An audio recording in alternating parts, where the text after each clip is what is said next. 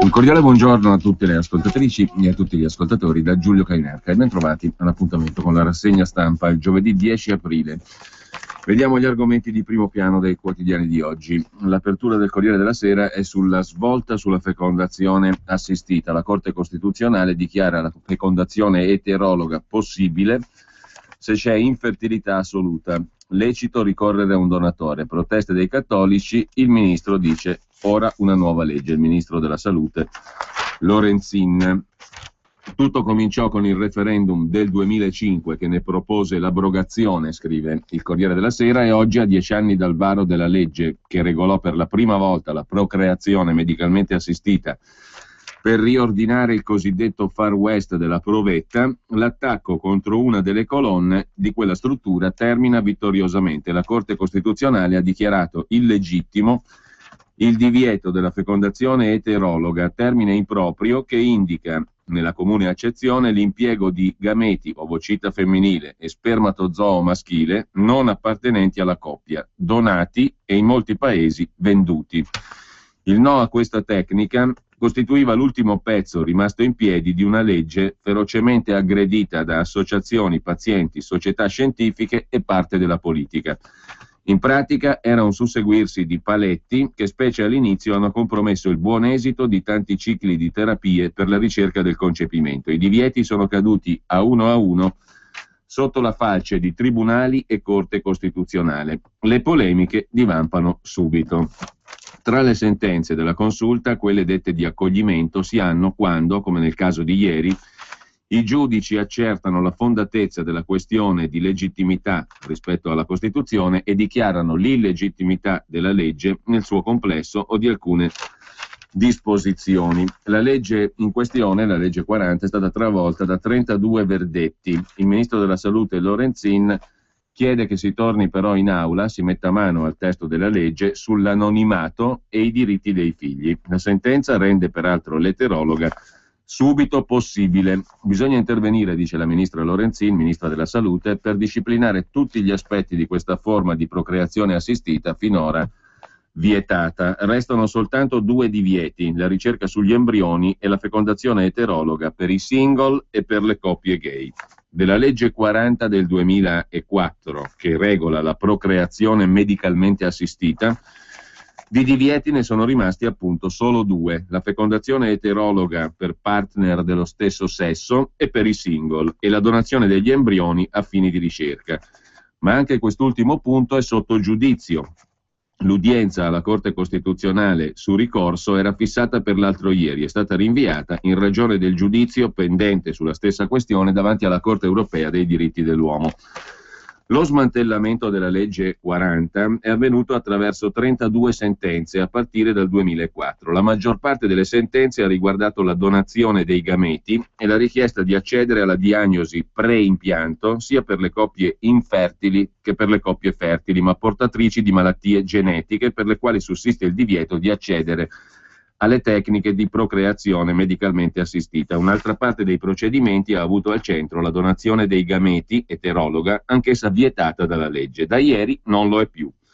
Poi altri via libera alla creazione di più embrioni rispetto ai 3 indicati dalla legge e di non trasferirli tutti in un unico contemporaneo impianto, alla conservazione, congelamento degli ovociti fecondati, così da consentire un ulteriore trasferimento in utero senza dover affrontare un nuovo ciclo completo di fecondazione assistita, alla riduzione embrionaria post-impianto nel caso venga diagnosticata una gravidanza trigemina, all'annullamento della parte delle linee guida che prevedevano la limitazione della diagnosi sull'embrione alla sola analisi osservazionale. Tutte le sentenze o le ordinanze sono da considerare definitive, non essendo mai state appellate.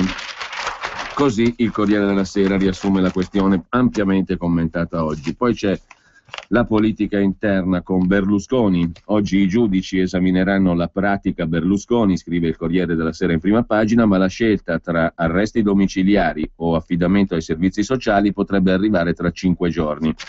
Per i servizi sociali a volte ha accolto un programma riabilitativo indicato dallo stesso condannato. Nella memoria difensiva Berlusconi indica una cascina del Milanese dove potrebbe motivare le persone disabili. Alfano solidale con Berlusconi, Silvio è vittima, il mio affetto nei suoi confronti è immutato, dice Angelino Alfano. Poi sempre dal primo piano del Corriere della Sera, la lotta all'evasione fiscale da parte del governo Renzi, bollette, conti, catasto, per trovare gli evasori saranno incrociati i dati dei contribuenti.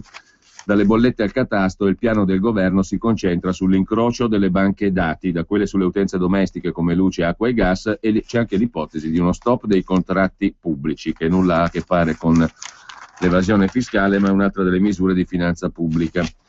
E sempre dal primo piano del Corriere della Sera, Dario Di Vico si occupa di ciò che sta dietro il segreto del design e di Milano, al Salone del Mobile, il lavoro degli artigiani dietro vetrine e architetti star, il genio dell'artigianato dietro la luce della creatività e del design. È la ricetta del Salone del Mobile che accende Milano con eventi e affari. Protagonisti gli operatori della filiera dell'arredo che lavorano nell'arco di 200 chilometri da Milano. Senza di loro l'industria italiana non riuscirebbe a fare la differenza, scrive Dario Di Vico.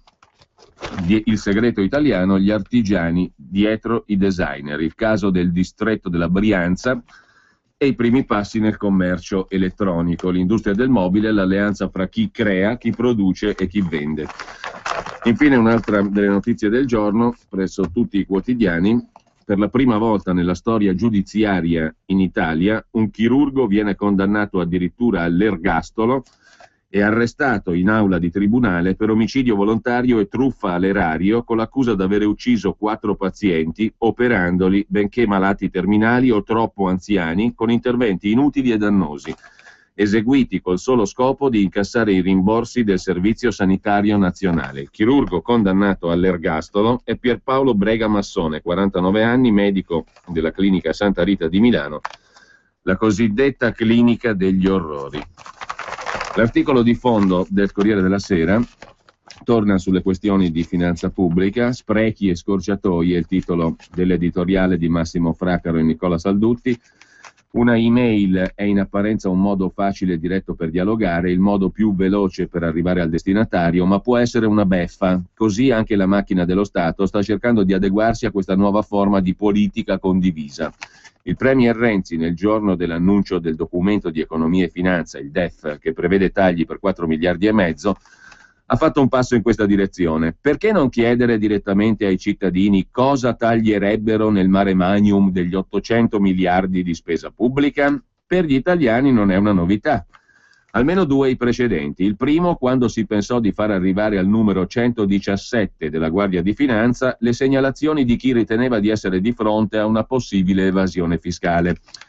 Il secondo è molto più recente. Nel maggio 2012 il governo Monti ha allargato il campo, invitando a indicare i disservizi dello Stato e della pubblica amministrazione. In un mese arrivarono 150.000 segnalazioni. Fu un record. Il sito di Palazzo Chigi andò in tilt.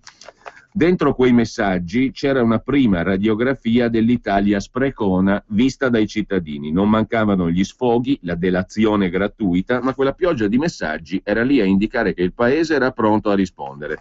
Renzi ci riprova.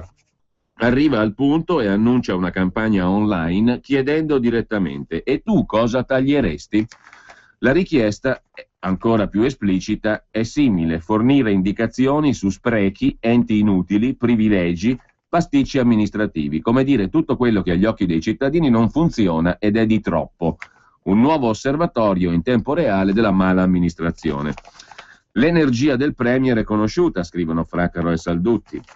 Certo, probabilmente nello stesso Stato, nei comuni, nelle regioni, sono fin troppo chiari i meccanismi inceppati, i privilegi, il denaro mal utilizzato, le distorsioni che dovrebbero essere corrette a vantaggio dei cittadini.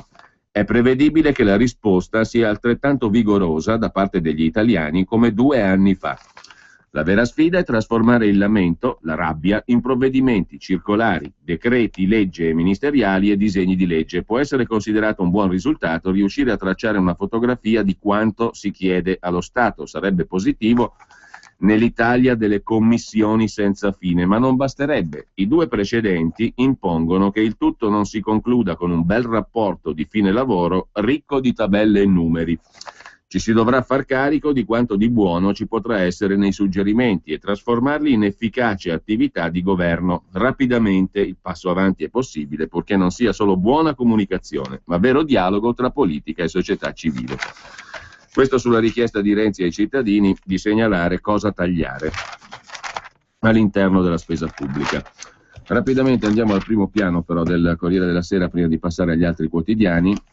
Quanto ai conti pubblici, Bruxelles dice che vanno bene le misure dell'Italia, ma bisogna tagliare il debito, dice la Commissione europea, l'Unione europea. Renzi e il ministro Padoan parlano di urgenza, di riforme senza precedenti, bla bla bla. Il bla bla bla lo trovate a pagina 5. A pagina 6 invece c'è l'approfondimento del Corriere della Sera sul documento di economia e finanza in tema di lotta all'evasione. Anche qui siamo ai propositi, comunque per quel che può valere anche le bollette, e non è una novità, serviranno per la caccia agli evasori, l'incrocio delle famose banche dati, dai conti correnti alle utenze. La lotta contro chi non paga le tasse, ha detto Renzi, non si fa con i blitz a Cortina e a Ponte Vecchio, ma con le nuove tecnologie. E anche questa non è assolutamente una novità. Per quanto concerne i dipendenti pubblici, invece, previsto niente aumento in busta paga fino al 2020, e soltanto l'indennità di vacanza contrattuale. I contratti pubblici bloccati dal 2010 rischiano di restare fermi fino al 2020. Nel documento di economia e finanza non sono previsti stanziamenti per il rinnovo dei contratti, il cui blocco è stato prorogato dal governo Letta fino al 2017. E sempre dal DEF, dal documento di economia e finanza, sulla sanità, addio ricette, saranno online, anche questa non è peraltro una novità. E sempre dal primo piano di politica, oltre al caso Berlusconi al quale abbiamo già accennato, c'è la sfida di Renzi come segretario del PD stavolta, alle urne soltanto donne capolista per le prossime europee, malumori tra i big superati, lite sulle scelte in Sicilia. Caterina Chinnici ha strappato il posto di capolista a Giusy Nicolini, sindaca di Lampedusa. Il presidente della Sicilia, Rosario Crocetta, ha chiesto di eliminare la Chinnici, figlia del giudice ucciso dalla mafia nell'83 e candidata dal PD. Chinnici, ha ricordato Crocetta, è stata in giunta con Lombardo e le scelte nella vita si pagano. Vedrei capolista Giusy Nicolini, ha detto Crocetta, il quale si è preso l'avvocato di un mafioso in giunta, ma questo è un altro discorso. Lui può fare, ma può anche e soprattutto predicare agli altri, dall'alto della montagna di miliardi che gli arrivano in tasca gratis ogni anno, per gentile concessione obbligata degli altri contribuenti italiani. 12 miliardi all'anno di regalo alla Sicilia. Perché Crocetta può fare tutte le prediche che vuole, mentre sempre dal primo piano del Corriere della Sera, lasciando la pagina strettamente di politica e con una foto di Matteo Salvini con la felpa con su scritto Roma, la Lega ai Parioli, scrive il Corriere, il segretario padano Matteo Salvini ha inaugurato la prima sede nella capitale e ha anche sfoggiato un'inedita felpa con la scritta Roma al posto di Milano o Lombardia. L'ho accettata, ha detto Salvini, perché mi hanno garantito che è la felpa della città e non della squadra. Sempre poi dal Corriere della Sera, andiamo rapidi, a pagina 23, a proposito di tasse, Equitalia, l'inchiesta raccontata da Fiorenza Sarzanini, 3.000 euro e la cartella esattoriale spariva, mazzette a Equitalia. Bastava pagare tariffe da 3 a 13.000 euro e rivolgersi ai funzionari giusti. Mentre milioni di cittadini fanno la fila per trovare un accordo con Equitalia o pagare un debito, altri versano mazzette e chiudono il conto. Non sono pochi. Gli 8 arresti scattati ieri per ordine del giudice di Roma potrebbero essere solo i primi. Gli specialisti della Guardia di Finanza hanno scoperto oltre 3.000 interrogazioni abusive al sistema informatico fatte proprio da uno degli arrestati, il dipendente di Equitalia Salvatore Fedele, su altri 400 soggetti, probabilmente persone intenzionate ad aggiustare con la mazzetta la propria posizione. Alcuni clienti accettano di versare la tangente per il sogno di tutti quelli che hanno conti in sospeso con Equitalia, togliere l'ipoteca sugli immobili. L'impiegato arrestato e sua moglie, che lavora in un supermarket, avevano accumulato un patrimonio di 700.000 euro. Prendeva la mazzetta per mettere a posto la situazione dei cittadini in lite con Equitalia. Intanto il giudice a Grosseto ordina al comune di registrare le nozze gay, primo caso in Italia, la coppia si era sposata a New York, il tribunale contraddice il parere del pubblico ministero. Da ieri Stefano e Giuseppe sono coniugi a tutti gli effetti, con tutti i diritti di una coppia sposata e i doveri. Il tribunale di Grosseto ha detto sì alla trascrizione nei registri del comune del matrimonio che Stefano e Giuseppe avevano contratto all'estero a New York nel dicembre 2012. L'atto è diventato valido automaticamente per la legge italiana. Ribaltando il parere del pubblico ministero, il giudice di Grosseto non ha avuto dubbi. La trascrizione dell'atto di un matrimonio fra persone dello stesso sesso non è contraria all'ordine pubblico e dunque è possibile. Da ieri Stefano Bucci, giornalista del Corriere della Sera, e Giuseppe Chigiotti, architetto, possono godere in Italia degli stessi diritti di cui godrebbero se fossero rimasti a New York. Non era mai successo prima. Ci avevano provato in tanti, scrive il Corriere della Sera, c'erano sentenze che avevano riconosciuto singoli diritti, come quello al permesso di soggiorno, ma mai ordini di iscrivere le nozze nei registri comunali. Una richiesta di questo tipo era stata negata dalla Cassazione nel 2012. Infine, dal Corriere della Sera di oggi, la pagina dei commenti, lo cito soltanto rapidamente, è il commento di uno dei tanti presidenti emeriti della Corte Costituzionale, che ci costano un botto, detto per inciso, sono una quantità enorme, superiore al numero di 15 giudici della Corte Costituzionale, e hanno un trattamento vitalizio pauroso per dispendio di risorse. Comunque si tratta dell'intervento del presidente emerito della Corte Costituzionale, uno dei tanti, Valerio Onida, sulla riforma del titolo quinto, cioè della parte federalista della Costituzione italiana, il rapporto fra Stato, regioni e enti locali. Buoni propositi, molte incertezze nel disegno di legge governativo sulle riforme costituzionali che arriva in Parlamento, scrive il professor Onida, con un impianto e con contenuti pressoché invariati, salvo alcuni dettagli, rispetto alla bozza del 12 marzo. Vale la pena di tornare su questo disegno di legge con osservazioni di merito. È un disegno di legge unico che somma insieme riforme molto diverse fra loro: il bicameralismo, il procedimento legislativo, i rapporti Stato-Regione, la soppressione del CNEL. È un errore perché si tratta di argomenti diversi, anche se le connessioni non mancano, eccetera, eccetera. Comunque il cuore del ragionamento di Onida è sulla questione del titolo quinto, cioè in pratica dell'assetto federale introdotto nel 2001 con la riforma appunto fatta dal centro-sinistra. Mentre un lettore del Corriere si domanda: sono sorpreso che fra i vari tagli di spesa che si prevedono per salvare il paese non si sia ancora parlato di tagliare i ricchi emolumenti dei parlamentari italiani adeguandoli a quelli degli altri parlamentari europei. Lasciamo con ciò il Corriere della Sera, brevemente andiamo però in cronaca di Milano. Qui c'è la questione del referendum sulle case chiuse e lo scontro fra la diocesi e la Lega Nord. Nuovo scontro fra diocesi e Lega sul tema dell'abolizione della legge Merlin. Una scorciatoia illusoria, più opportuno potenziare l'azione di contrasto alla criminalità organizzata, scrive il direttore della Caritas di Milano, Roberto D'Avanzo, sul settimanale della diocesi ambrosiana. La legge Merlin non riuscì, così come non riesce oggi, a liberare le strade delle nostre città da presenze spesso imbarazzanti e inquietanti per gli abitanti di certi quartieri, ma almeno mandava un segnale. Se i circuiti criminali sono potuti ingrassare sulla pelle delle donne, è avvenuto grazie a un segmento dell'universo maschile segnato da un approccio primitivo nei confronti del mondo femminile, dice Don D'Avanzo. Durissima la replica di Matteo Salvini, la solita ipocrisia, scrive il segretario leghista su Facebook, forse preferiscono lo sconcio di oggi col racket che controlla il mercato? Mentre il presidente della regione Lombardia, Roberto Maroni, è stato sentito ieri in commissione antimafia sulla questione delle agenzie per i beni confiscati alle mafie. L'agenzia ha uffici anche a Milano, ma non ha un livello di gestione soddisfacente, ha detto Maroni. La regione Lombardia è disponibile a collaborare con l'agenzia, con i comuni ai quali è stato assegnato un bene o prendendosi carico direttamente della gestione dello stesso. Con 1186 beni sequestrati o confiscati a organizzazioni mafiose, la Lombardia è al quarto posto tra le regioni italiane per confische. A essere più colpito è il territorio di Milano, oltre 700 immobili sequestrati o confiscati alle mafie. La Regione Lombardia, ha poi detto Maroni, è al lavoro con la Prefettura e il Comune di Sesto per la città della salute, per un protocollo di legalità che renda più stringenti le verifiche antimafia.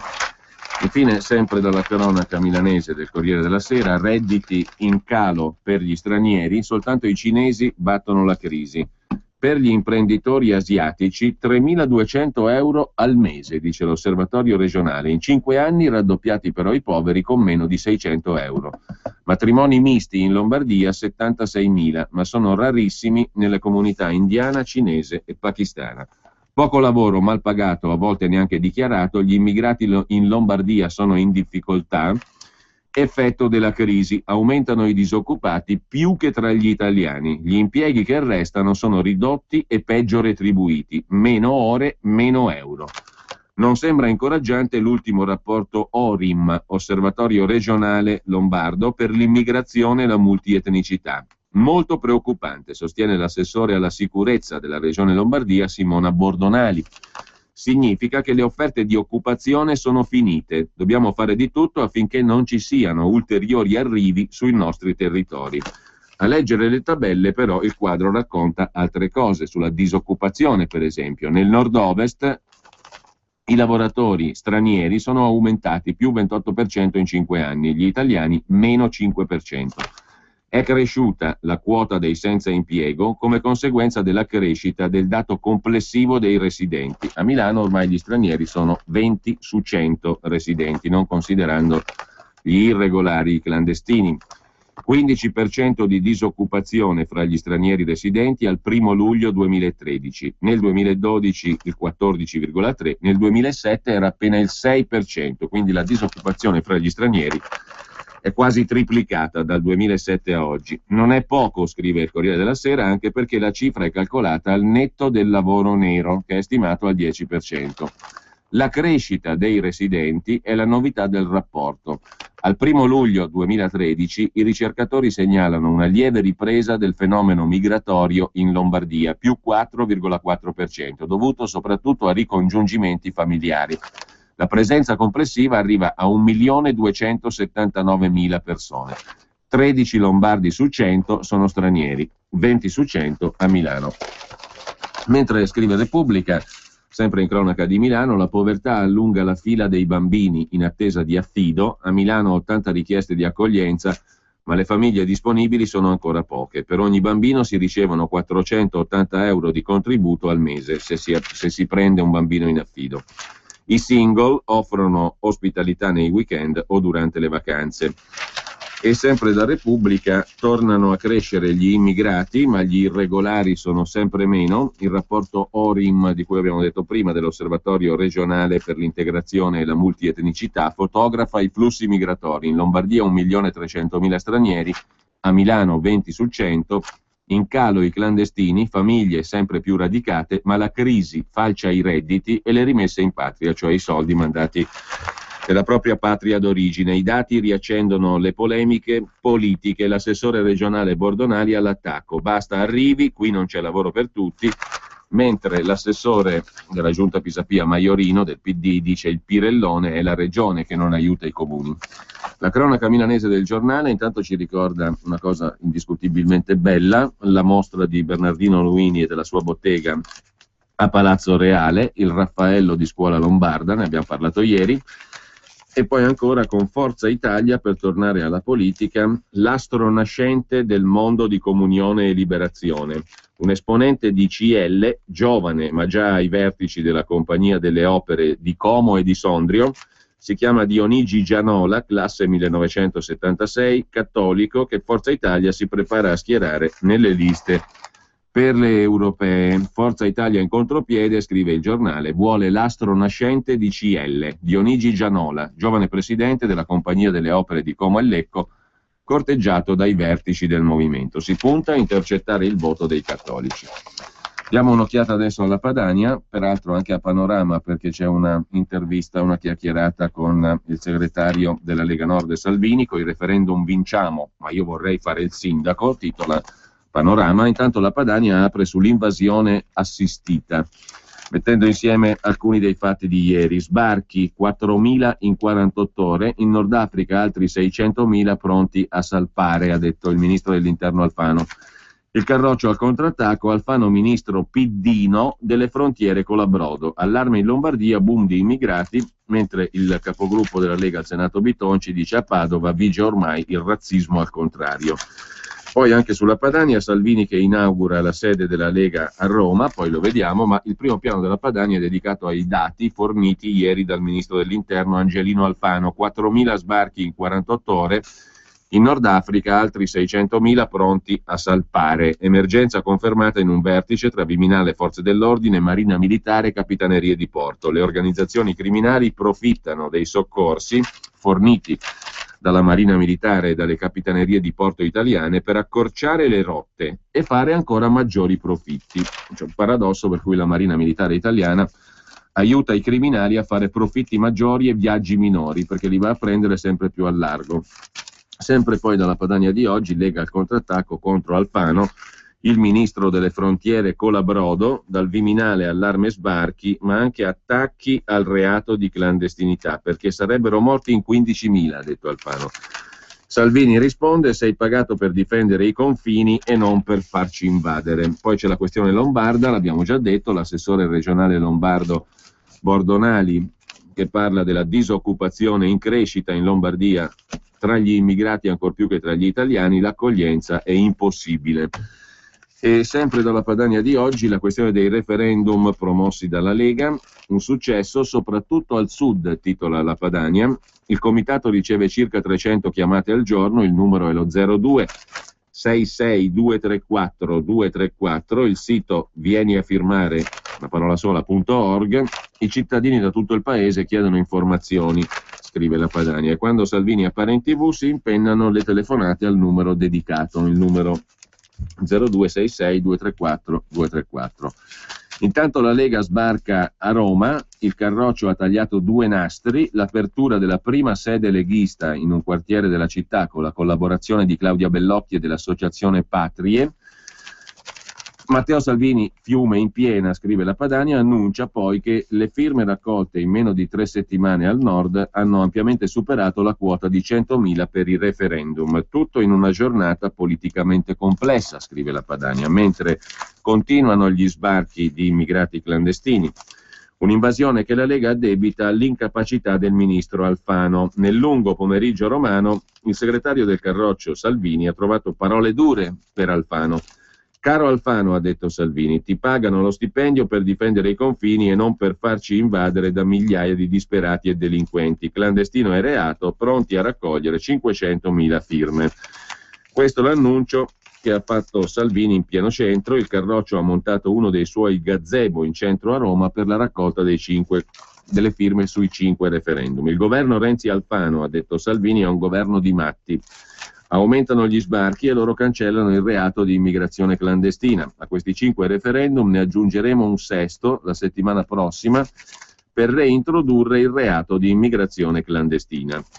Abolizione delle prefetture, stop ai concorsi pubblici per immigrati, abrogazione della riforma Fornero. Oggi poi vedremo alcuni dati sulla riforma Fornero forniti da Italia Oggi, e parecchio brutti. E poi ancora abrogazione della legge Merlin sulla prostituzione, abolizione della legge Mancino sui reati d'opinione. Sono questi i 5 referendum sui quali la Lega sta raccogliendo le 500.000 firme necessarie.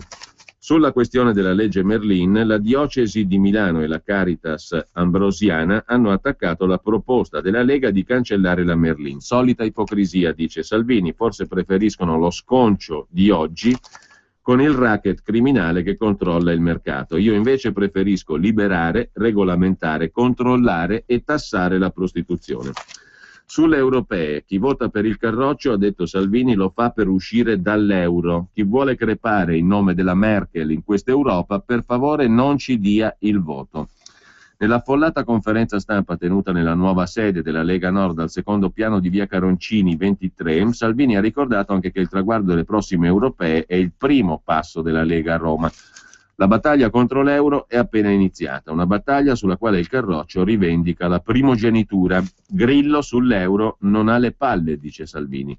Lui dice valutiamo, trattiamo. No, 25 maggio è un referendum pro o contro l'euro. E poi la questione dei secessionisti veneti arrestati. Ci sono 23 papà e mamme in galera che non hanno torto un capello a nessuno, dice Salvini. Solo uno stato di dementi può mettere in galera persone di questo genere e lasciare uscire un sacco di delinquenti con lo svuotacarceri. Intanto ieri Renzi, il Presidente del Consiglio, a proposito di Veneto, ha preso in mano il gonfalone della Regione Veneto, il Leone di San Marco. Renzi al Vinitali, con il Brindisi il gonfalone, gentilmente offerto con ghigno furbo, si vede nella foto a pagina 8 della Padania, dal Presidente della Regione Zaia. Zaia dona la bandiera del Veneto a Renzi e il Premier risponde: sono orgoglioso di riceverla. Il Veneto è una regione straordinaria che può essere una locomotiva per uscire dalla crisi. La consegna del vessillo, ha detto Zaia, ha un alto valore identitario ed è quella che vorremmo vedere esposta in tutti gli uffici dello Stato presenti sul nostro territorio. Il Veneto è una delle colonne d'Italia, questa è la sua bandiera, siamo orgogliosi di averla, ha detto Matteo Renzi facendo visita ieri al Vinitali di Verona. Ieri mattina il Premier è arrivato allo stand del Veneto insieme al Presidente della Regione Zaia, si è concesso un brindisi con un prosecco e ha ricevuto dalle mani di Zaia la bandiera del Veneto. Luca Zaia me l'ha donata, ha detto Renzi. Io sono il Presidente del Consiglio e sono orgoglioso di riceverla. Così la foto di Renzi con il gonfalone di San Marco ha fatto il giro del web, con gran soddisfazione di Zaia. Insomma, il fatto che Renzi abbia accettato e gradito il dono della bandiera del Veneto è stato per Zaia un segno di grande rispetto nei confronti dei veneti e di una realtà che ha intriso di sé 1100 anni di storia, ha detto Zaia, che ha sottolineato che quel rispetto manca spesso alle istituzioni dello Stato presenti sul territorio, che non espongono la bandiera. Sempre poi dalla Padania di oggi andiamo rapidi. Le luci dei media russi si accendono sulla Lega indipendentista. La presa di posizione del Carroccio sulla questione ucraina ha alimentato l'interesse dell'informazione russa. 2 TV in Italia per approfondire la questione veneta e seguire anche il Basta Euro Tour, che questa settimana è a Bergamo.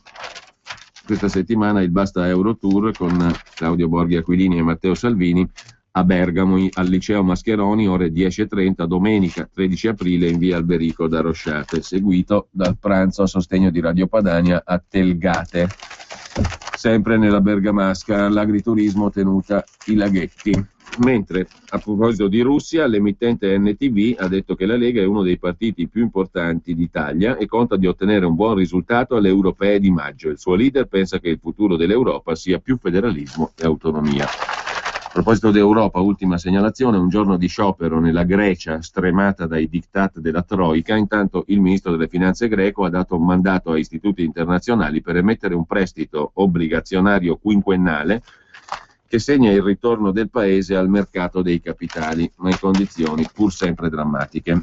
Lasciamo la Padania e vediamo a questo punto Panorama con la chiacchierata con Matteo Salvini. Il segretario della Lega, scrive il settimanale della Mondadori, si dice certo che l'inchiesta contro i secessionisti veneti finirà in nulla e intanto punta tutto sul voto anti-europeo di maggio e sulla nuova campagna per abolire la legge Fornero e per riaprire le case chiuse.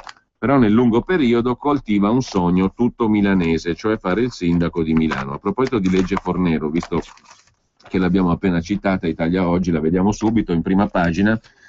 Italia Oggi ha fatto 4 conti. La riforma Fornero in solo 2 anni ha scippato 8 miliardi e 200 milioni ai pensionati.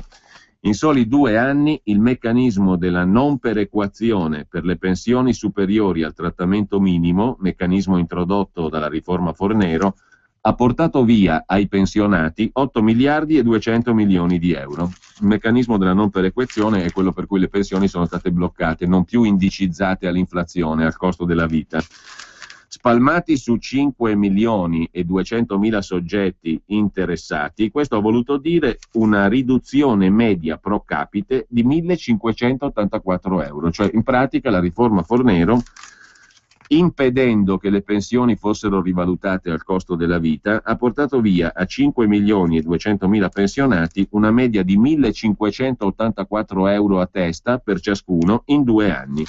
E non è finita, scrive Italia Oggi, perché la legge di stabilità del governo Letta per il triennio 2014-2016 ha previsto un regime di fasce verticali che dovrebbe portare a una riduzione di spesa di circa 5 miliardi, più penalizzati i trattamenti medi. In conclusione, i pensionati hanno già dato ampiamente, scrive Italia Oggi. Il servizio poi dettagliato è a pagina 7, una grandinata dalla riforma Fornero. In solo 2 anni la non perequazione ha scippato 8 miliardi e 2.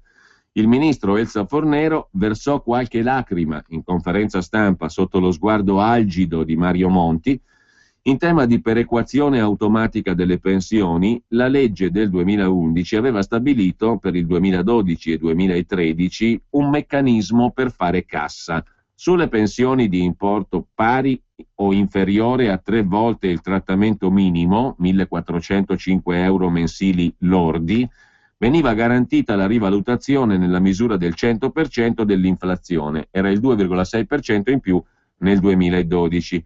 Per gli importi superiori a tale limite non operava alcuna perequazione. Gli effetti, nel 2012, sono stati interessati dalle nuove misure ben 5.192.000 pensionati, per un totale di soldi non dati di 3 miliardi e 800 milioni. In 2 anni sono 5 miliardi e 200 sono 8 miliardi e 200 milioni non dati ai pensionati. Un quesito referendario della Lega vuole abolire la riforma Fornero. Possiamo risentirci più tardi? Adesso ho una riunione, poi sono alla 7 fino alle 13.30. Alle 14 una radio. Richiamami su questo numero alle 13.35. Va bene? Inizia così la chiacchierata di Andrea Soglio, Panorama, con Matteo Salvini. Cercare di parlare con Salvini è sempre stato così. Un incastro tra una comparsata TV, un turno a Radio Padania, una riunione di partito, un volantinaggio al mercato. Il fatto che da 4 mesi sia segretario della Lega Nord non ha cambiato nulla, tranne il fatto di essere passato dalla poltrona di Iceberg su Tele Lombardia a quella di Porta a Porta e di aver accumulato il 4° numero di cellulare. Salvini, anzi Matteo, perché il tu con lui è un obbligo, è sempre stato un politico da battaglia, scrive Panorama. Sempre in campagna elettorale, sempre per strada, tra uno slogan e l'altro. L'ultimo alla manifestazione contro l'arresto degli indipendentisti veneti, o qualcuno li libera in fretta chiedendo scusa, oppure li tiriamo fuori noi in qualche modo. Dica lei in quale modo, Salvini. Prima, risponde Salvini, aspettiamo i prossimi passi del Tribunale. Spero nella scarcerazione. La concessione dei domiciliari sarebbe la soluzione più normale in un paese normale. L'unico elemento contro queste persone è la ruspa blindata. Comunque se escono bene, altrimenti qualcosa faremo. Pensate a un assalto con un nuovo blindato? Certo, ride Salvini. Vogliamo costruire un altro tanco. Stiamo solo cercando il trattore giusto. A parte gli scherzi, speriamo prevalga il buonsenso. Milanista sfegatato, scrive Panorama. Salvini è padre di 2 bambini, un maschio di 11 anni dalla ex moglie, che ormai è più alto di lui, e una bambina di quasi 2 anni con l'attuale compagna, a cui deve concedere la serata a base di Peppa Pig, come un genitore qualunque. Sono un papà da 8 in pagella, ammette, ma sono generoso con me stesso. Cerco di esserci sempre nei limiti del possibile, ma li vedo crescere sereni, e questo significa che non sono proprio male.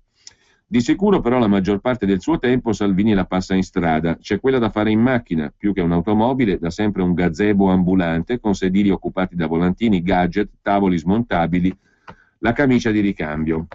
È quella che va battuta palmo a palmo a caccia di voti, o, come in questo periodo di referendum, a caccia di una firma.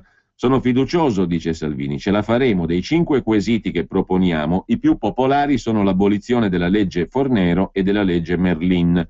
L'ex ministro Fornero e la sua legge sono odiatissimi in ogni parte d'Italia. Il referendum per riaprire le case chiuse è il più sentito, anche perché potrebbe fare incassare 4 miliardi di tasse all'anno. Con quei soldi potremmo regalare l'asilo nido a tutti per 4 anni. Dottore mancato per 5 esami in storia, giornalista con una tesina su Radio Padania, di cui è stato direttore, Salvini non viene certo ricordato per stile e cura del look.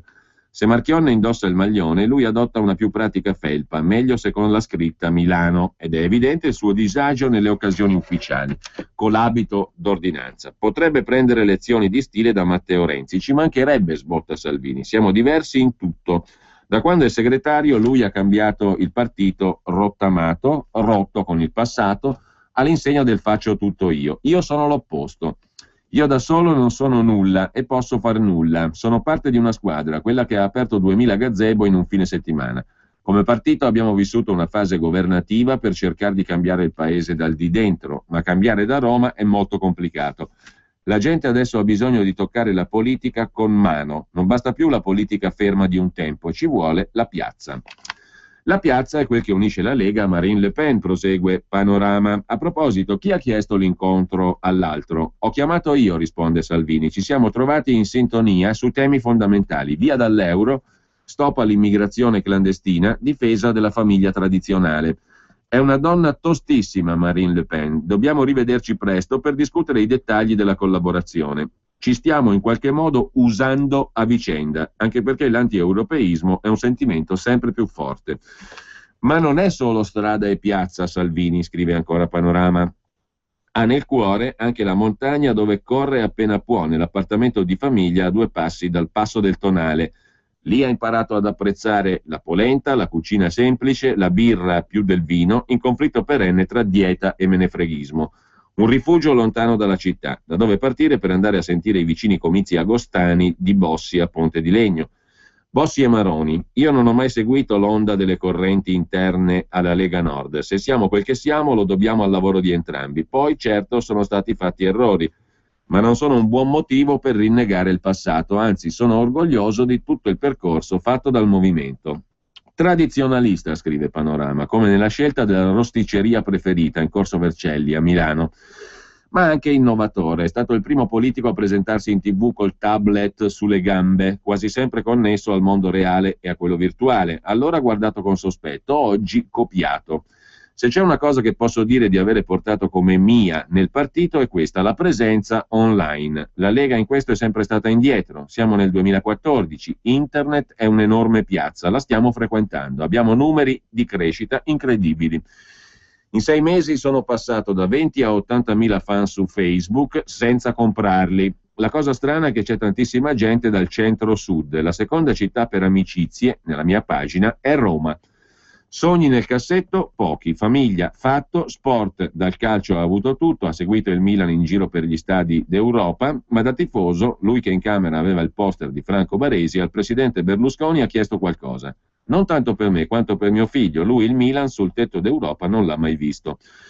È anche difficile chiedere qualcosa in più alla politica per uno che partendo dalla gavetta è stato nominato segretario a soli 40 anni. Eppure, dice Salvini, ognuno è legato alla sua città. La mia è Milano, mi piacerebbe trovarmi a guidarla un giorno, poi forse smetto e mi ritiro a vita privata, nella sua casa in montagna, ad ascoltare le canzoni di Fabrizio De André e a guardare Braveheart. Ma non ci crede nessuno, lui per primo. Così Panorama. Visto che siamo a Panorama, c'è anche un'altra notizia piuttosto interessante in primo piano su Panorama, ovvero la deposizione di Mario Monti a Trani. Come sapete, o come forse qualcuno sa, a Trani la Procura della Repubblica ha aperto un'inchiesta sul declassamento operato sull'Italia dall'agenzia di rating Standard & Poor's il 13 gennaio 2012. L'Italia è stata declassata senza un motivo, ha detto Mario Monti. Dall'inchiesta di Trani, la verità sulle agenzie di rating che pochi mesi prima, nel 2011, furono determinanti per la fine del governo Berlusconi. Cioè non c'era una logica reale, c'era solo una manovra. Poi vai a stabilire chi, perché, come. L'effetto pratico però è stato il Mario Monti in presidenza del Consiglio. A proposito poi di banche e mondo affine della finanza, Sorgenia, l'azienda energetica di De Benedetti, va alle banche e la CIR festeggia, scrive Panorama. La resa di De Benedetti somiglia a una Stalingrado, ma solo in apparenza, perché la grana ora passa ai banchieri e ai correntisti delle banche che si ritrovano Sorgenia nelle mani dopo averle dato un sacco di soldi, 2 miliardi e 300 milioni di debiti. Con le banche ha il gruppo di De Benedetti nel campo energetico, la Sorgenia. 600 milioni il Monte dei Paschi ha dato a Sorgenia allegramente, ed è la prima banca per crediti erogati e ora difficilmente restituibili, tanto che le banche diventeranno padrone della baracca Sorgenia. Le banche generose, naturalmente, poi tu vai a chiedere qualche soldo per questioni molto più pratiche, imprenditore o cittadino o famiglia che tu sia, e non te lo danno. Quando si tratta di darlo ai soliti noti, invece si largheggia. 2 miliardi e 300 milioni di esposizione nei confronti di Sorgenia, adesso la rogna se la gratteranno i correntisti delle banche medesime. Mentre, sempre su Panorama, Annalisa Chirico racconta la storia di Ambrogio Crespi, 44 anni, milanese, dal 97 si occupa di comunicazione politica, è fratello di Luigi Crespi, ex sondaggista della Data Media. Da quasi 2 anni è accusato, Ambrogio, di concorso esterno in associazione mafiosa e voto di scambio con l''ndrangheta. 200 giorni in cella per l'accusa di un pentito che adesso viene dichiarato un pazzo, un istrione, un megalomane, perfino dai giudici. Ambrogio Crespi è stato arrestato per voto di scambio mafioso. Soltanto ora un giudice nutre seri dubbi sul suo accusatore, affetto da narcisismo, dice una perizia disposta dagli stessi magistrati. È il signore che ha inguaiato anche Domenico Zambetti, il quale peraltro non ha avuto un voto in più dalla frequentazione con questo soggetto, che è riuscito però a estorcergli un bel po' di soldi. Un'altra storia brutta a livello giudiziario viene raccontata da Panorama con Simone Di Meo e riguarda Vittorio Pisani, ex capo della squadra mobile di Napoli, che non stava molto simpatico a Roberto Saviano, ricambiato, è stato assolto dall'accusa di mafia e corruzione. C'è stata una congiura per screditare questo super poliziotto. 2 mafiosi avevano rivelato in anticipo che un pentito, Salvatore Lorusso, avrebbe lanciato le sue false accuse contro l'ex capo della mobile di Napoli, Vittorio Pisani. Uno di loro è poi morto per uno strano suicidio. Perché in 3 anni nessuno li ha voluti ascoltare? Si domanda Panorama. Che lasciamo per tornare alla prima pagina della Stampa. Qui c'è un buongiorno del vice direttore e probabilmente assai prossimo direttore, assai prossimo, che bella espressione. Le maestre all'ascolto mi bacchettano sulla nocca delle mani, delle dita. Assai prossimo, lo ribadisco perché la grammatica è un'opinione. L'assai prossimo direttore della Stampa di Torino, Massimo Gramellini, mentre è assai prossimo direttore del Corriere della Sera l'attuale direttore della Stampa di Torino, Mario Calabresi, figlio del commissario Luigi Calabresi. Buongiorno di Massimo Gramellini, dedicato al fatto che bisogna diventare noi uomini, noi sto parlando in questo caso appunto solo per il sesso maschile, bisogna diventare donne, cambiare sesso. Interiormente si intende, scrive Gramellini, perché ormai qua ci sono donne dappertutto, scrive Gramellini. Il ciclonico Renzi ha messo 5 donne capolista alle europee, 8 ministri su 16 in Italia sono donne e piuttosto sveglie, scrive Gramellini, bontà sua. Tra le prossime nomine nei grandi enti ci sarà per la prima volta almeno una donna. Il capo della Germania e dell'Europa è una donna, il capo francese del Fondo Monetario è una donna, la star mediatica del momento cantante donna, anzi suora. In America il presidente con gli attributi è Michelle, una donna, e poi ci sarà Hillary, un'altra donna. A leggere romanzi e credere nel futuro sono rimaste le donne, a laurearsi meglio e lamentarsi meno le donne, a prendere la vita con serietà senza mai perdere la leggerezza le donne, non tutte ma tante. Il crollo dei muri etici è una missione inarrestabile delle donne, come il divieto di fecondazione eterologa annullato ieri dalla Corte Costituzionale. Considerando tutto questo e altro ancora, conclude l'assai prossimo direttore della Stampa di Torino, noi maschi siamo chiamati a compiere un gesto coraggioso e al tempo stesso indifferibile, pena la nostra rapida estinzione per sopraggiunta inutilità. Cambiare sesso, interiormente si intende, scrive Gramellini.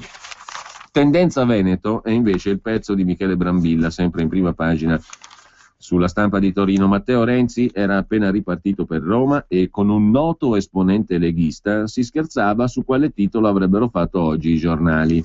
Scherzava lui, cioè Michele Brambilla, con un noto esponente leghista. Potreste titolare, diceva il noto esponente leghista al giornalista della Stampa, Renzi si inchina al Veneto, oppure Renzi criptoveneto, anzi senti questa, Renzi leghista.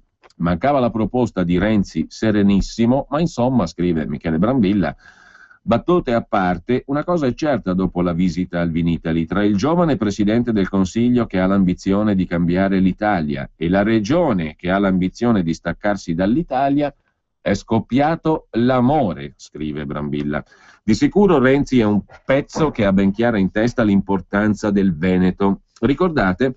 Nel settembre 2012 volle far partire proprio da Verona le primarie contro Bersani. 5 mesi fa, poco prima di altre primarie, anche questa volta vinte per la segreteria del PD, tornò ancora a Verona per incontrare gli imprenditori. Altra visita sempre a Verona per un dibattito con Oscar Farinetti di Italy e infine la primissima uscita da Premier a Treviso, il giorno dopo aver incassato la fiducia in Parlamento. Ieri è stata la volta di Vinitaly, la più grande fiera del vino al mondo. 155.000 visitatori in 4 giorni. Renzi è il primo Presidente del Consiglio che viene a visitarla. Ha fatto una toccata e fuga, ma tutte le sue visite lo sono. È arrivato alle 10:20 ed è ripartito a 12:15. Ma seppur tra tanti impegni non ha voluto disertare Vinitaly, un motivo ci deve essere. È poi lo stesso che ci ha sintetizzato il governatore Zaia all'ingresso della fiera. Il fatto che venga qui così spesso, ha detto Zaia, vuol dire che ha capito che il Veneto è il cuore pulsante del paese. Molti di noi, ha detto un imprenditore, pur essendo di centrodestra, si sono iscritti alle primarie del PD per votare Renzi. La convinzione di tanti ex berlusconiani ed ex leghisti è che Renzi sia uomo di sinistra che farà cose di destra. Comunque Renzi si è diretto subito nello stand del Veneto, saltando a pie pari quello dell'Emilia-Romagna, il primo davanti a lui. Nello stand del Veneto, naturalmente, gli è stato messo in mano un bicchiere di prosecco. Poi Zaia gli ha messo in mano un'altra cosa, più compromettente, la bandiera del Veneto, quella rossa col leone di San Marco giallo, tale quale a quella degli indipendentisti arrestati qualche giorno fa, precisa identica. Ma il fiorentino Renzi sa come si sta al mondo e anche come si sta a Verona. Questa è la bandiera del Veneto, ha detto Renzi, e ne sono orgoglioso. Il Veneto è una colonna dell'Italia. La gente l'ha accolto bene. Gli gridavano: Matteo, vai avanti, non mollare. E lui, poco dopo, quando ha incontrato i giornalisti, si è detto come rinfrancato, confermato da quegli incoraggiamenti. Li ha interpretati come riconoscimento delle cose fatte.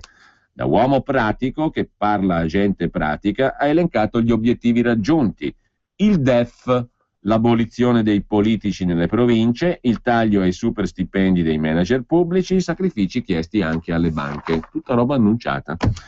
Non sono venuto qui per stringere 3 mani e bere 3 calici, ha detto Renzi. Sono venuto qui perché il vino non è solo un piacere, è un pezzo rilevante della nostra economia. Negli ultimi 15 anni è cresciuto del 90%, il PIL dell'Italia dell'1%.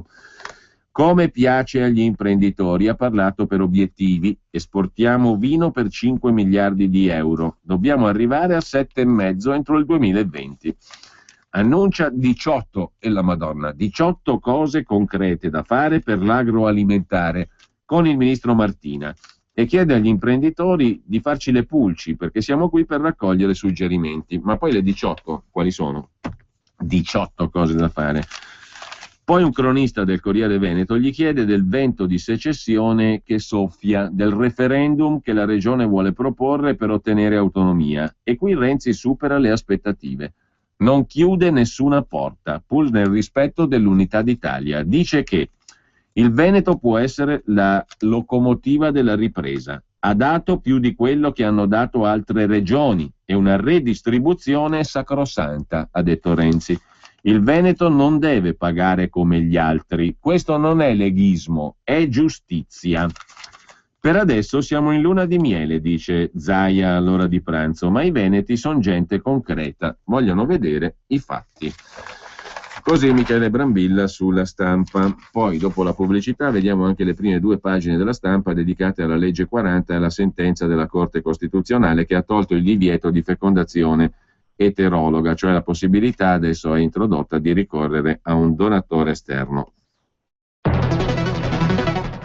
Vuoi trovare nylon, Delrin, PVC,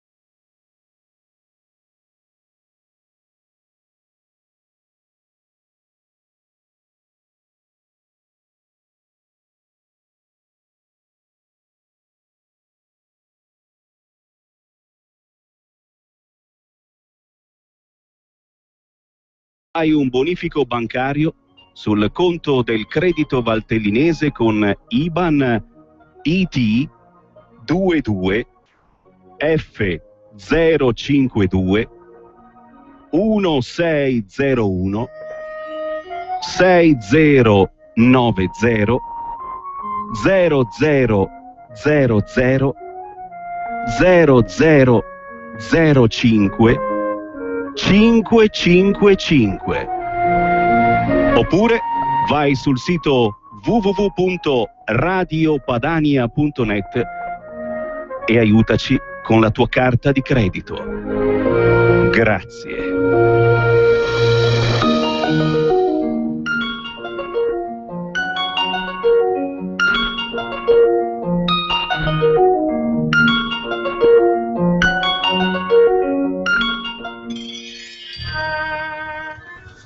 Torniamo allora al primo piano della stampa sulla fecondazione eterologa. La Corte ha tolto il divieto, la dura reazione di Ruini a pagina 2, già vicario di Roma ed ex presidente della Conferenza Episcopale Italiana.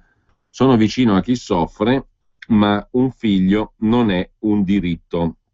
Un tale diritto non può esistere perché il figlio è persona e come tale non è disponibile, dice Ruini. Esprimo tutta la comprensione per le persone che soffrono a causa della mancanza di un figlio, ma i bimbi che nascono hanno il diritto di sapere di chi sono figli biologici. Con la fecondazione eterologa questo diventa impossibile. C'è anche a pagina 3 sulla stampa la battuta della Iena su questo tema. La Chiesa dovrebbe gioire d'ora in poi, anche il Papa potrebbe fare un figlio, scrive la stampa. Dalla stampa passiamo a Repubblica. Sullo stesso tema il commento della filosofa Michela Marzano, che se non sbaglio è anche deputata del PD, i veri diritti di mamma e papà. Con la decisione presa ieri dalla Corte Costituzionale è caduto l'ultimo paletto imposto dalla tristemente celebre legge 40. Non si potrà più impedire la fecondazione a chi, per avere figli, ha bisogno di ricorrere a un dono di gameti, ovuli o sperma, scrive Michela Marzano in prima pagina su Repubblica. E non si potranno quindi più discriminare alcune coppie sterili. Perché d'altronde focalizzarsi sui legami genetici esistenti o meno tra genitori e figli, senza accettare l'evidenza del fatto che non è il patrimonio genetico che rende una donna madre o un uomo padre? Come diceva lo scrittore francese Marcel Pagnol, quando un bimbo nasce pesa 3 o 4 kg, poi cresce e mette su i chili amore dei propri parents, termine che in francese designa i genitori sociali, da non confondere con i géniteurs, che invece indica i genitori biologici. Ancora una volta però l'Italia è vittima di provincialismo culturale che impedisce a molti di capire che la genetica non potrà mai spiegare la complessità dei legami familiari e che le questioni eticamente sensibili dovrebbero essere affrontate con lucidità.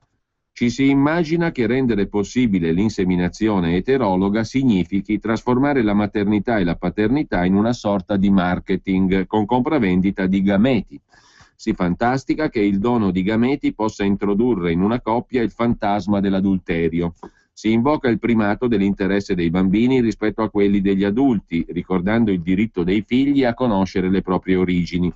Nessuno di questi argomenti è decisivo, scrive Marzano. Anzi, basta analizzarli con serenità, guardando anche ad altri paesi europei, per rendersi conto della loro inconsistenza. Nel momento in cui si organizza il dono di gameti sulla base dei principi di gratuità e anonimato, come accade in Francia dal 1994, vengono meno molti pericoli. Non è la coppia che sceglie i donatori, ma i medici che decidono sulla base di criteri sanitari. I donatori non vengono mai remunerati per il dono che fanno e non acquisiscono alcuna relazione giuridica parentale con i bambini. Il dono è solo di materiale genetico, non ha né volto né nome. Per quanto riguarda poi la questione delle origini, basti ricordare la sentenza del 18 novembre 2013 della Corte Costituzionale, in cui si spiega come permettere a un figlio di conoscere le proprie origini significhi permettergli di accedere alla propria storia parentale. Ma quando si parla di storia non si parla di codice genetico, a meno di immaginare che il codice genetico ci racconti la storia dei nostri genitori. quella storia che li ha portati a desiderarci o meno, a volerci crescere e darci o meno affetto, a trasmetterci o meno valori e principi. Il caso dei bambini adottati non ha niente a che vedere con quello dei bambini nati grazie ad inseminazione eterologa. Nell'adozione c'è sempre la storia di un abbandono, a cui è sicuramente importante avere accesso, anche solo per poter fare il lutto dell'abbandono. Ma quale abbandono ci sarebbe nel caso di chi è nato grazie a un dono di gameti? La storia parentale in questo caso non è forse quella di chi, sterile, desiderava a tal punto avere un figlio che è ricorso a un dono di gameti?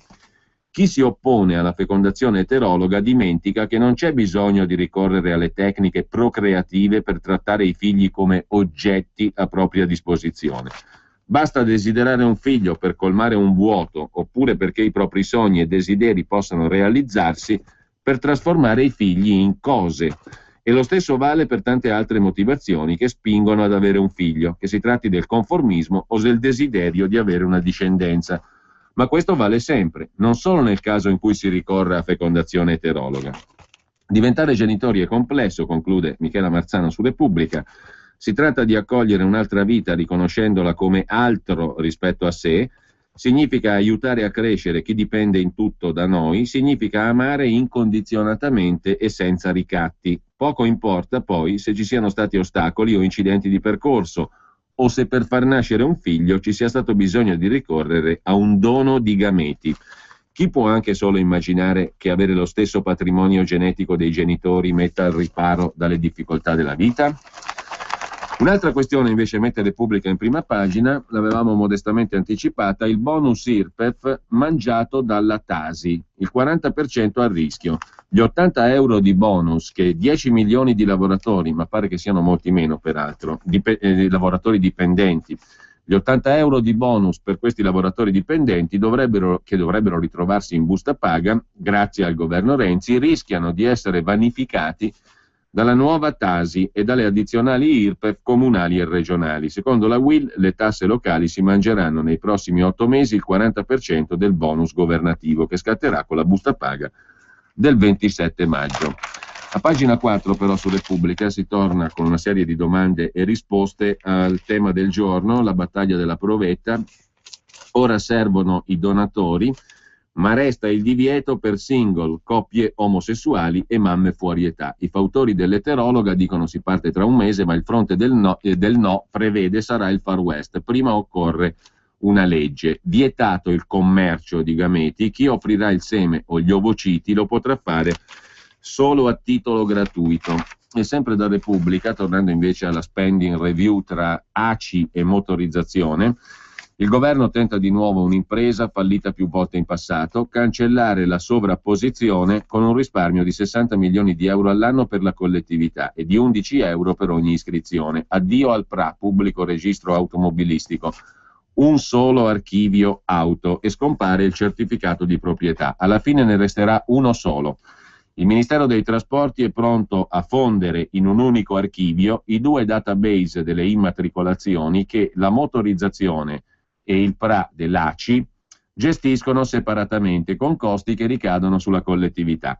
Stavolta forse è arrivato davvero il momento dell'addio al pubblico registro automobilistico gestito dall'Automobile Club, che sarà sacrificato a favore della struttura che fa capo al Ministero, la motorizzazione. Imboscate in Parlamento permettendo, scrive Repubblica. E sempre da Repubblica, chi vuole documentarsi con domande e risposte, sempre con questo schema, sulla questione di Berlusconi e della pena alla quale sarà condannato, il carcere è escluso per l'età e per il ruolo. Una sentenza entro 5 giorni.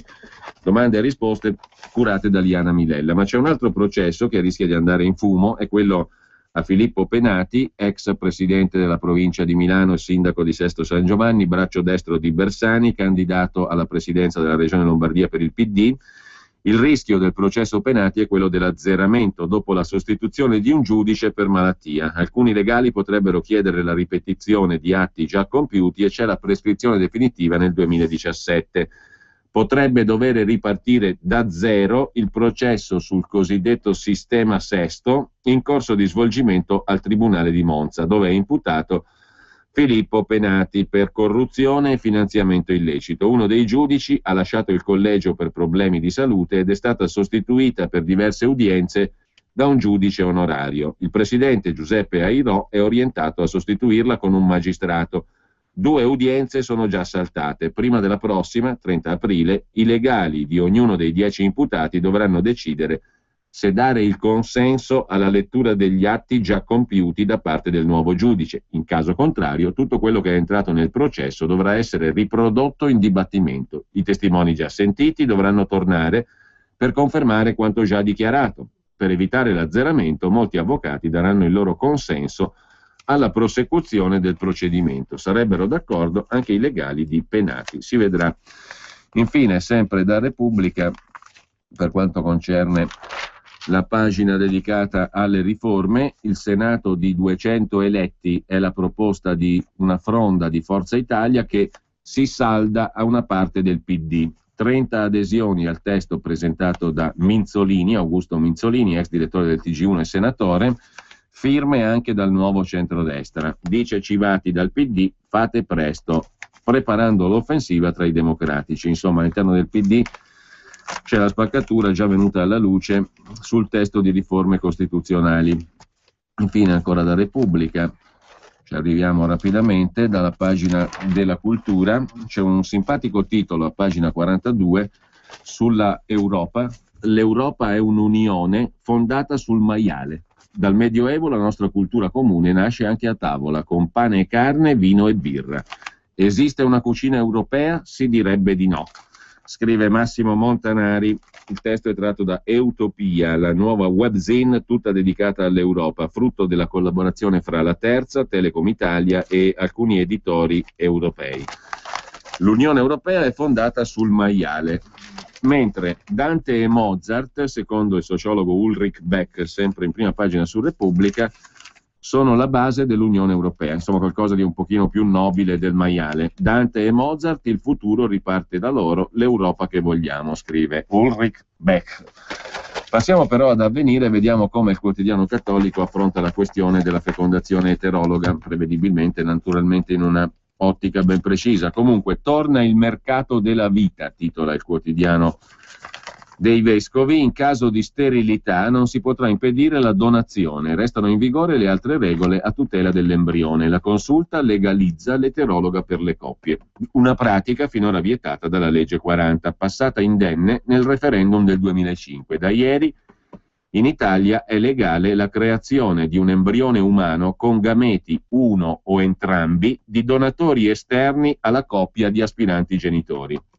In realtà finora in tutto il mondo la legalizzazione di questa possibilità offerta dalla tecnica biomedica ha spalancato una fiorentissima compravendita di ovuli e spermatozoi per ottenere il figlio con le caratteristiche desiderate, una pratica che in attesa di un intervento normativo del Parlamento ora indispensabile diventa possibile anche da noi. Per le associazioni a difesa della vita è un passo verso la Babele procreativa, scrive Avvenire. Così si piccona per sentenza la natura di mamma e papà, titola ancora il quotidiano dei vescovi. Senza regole la tecnologia travolge i valori, il far west dell'eterologa.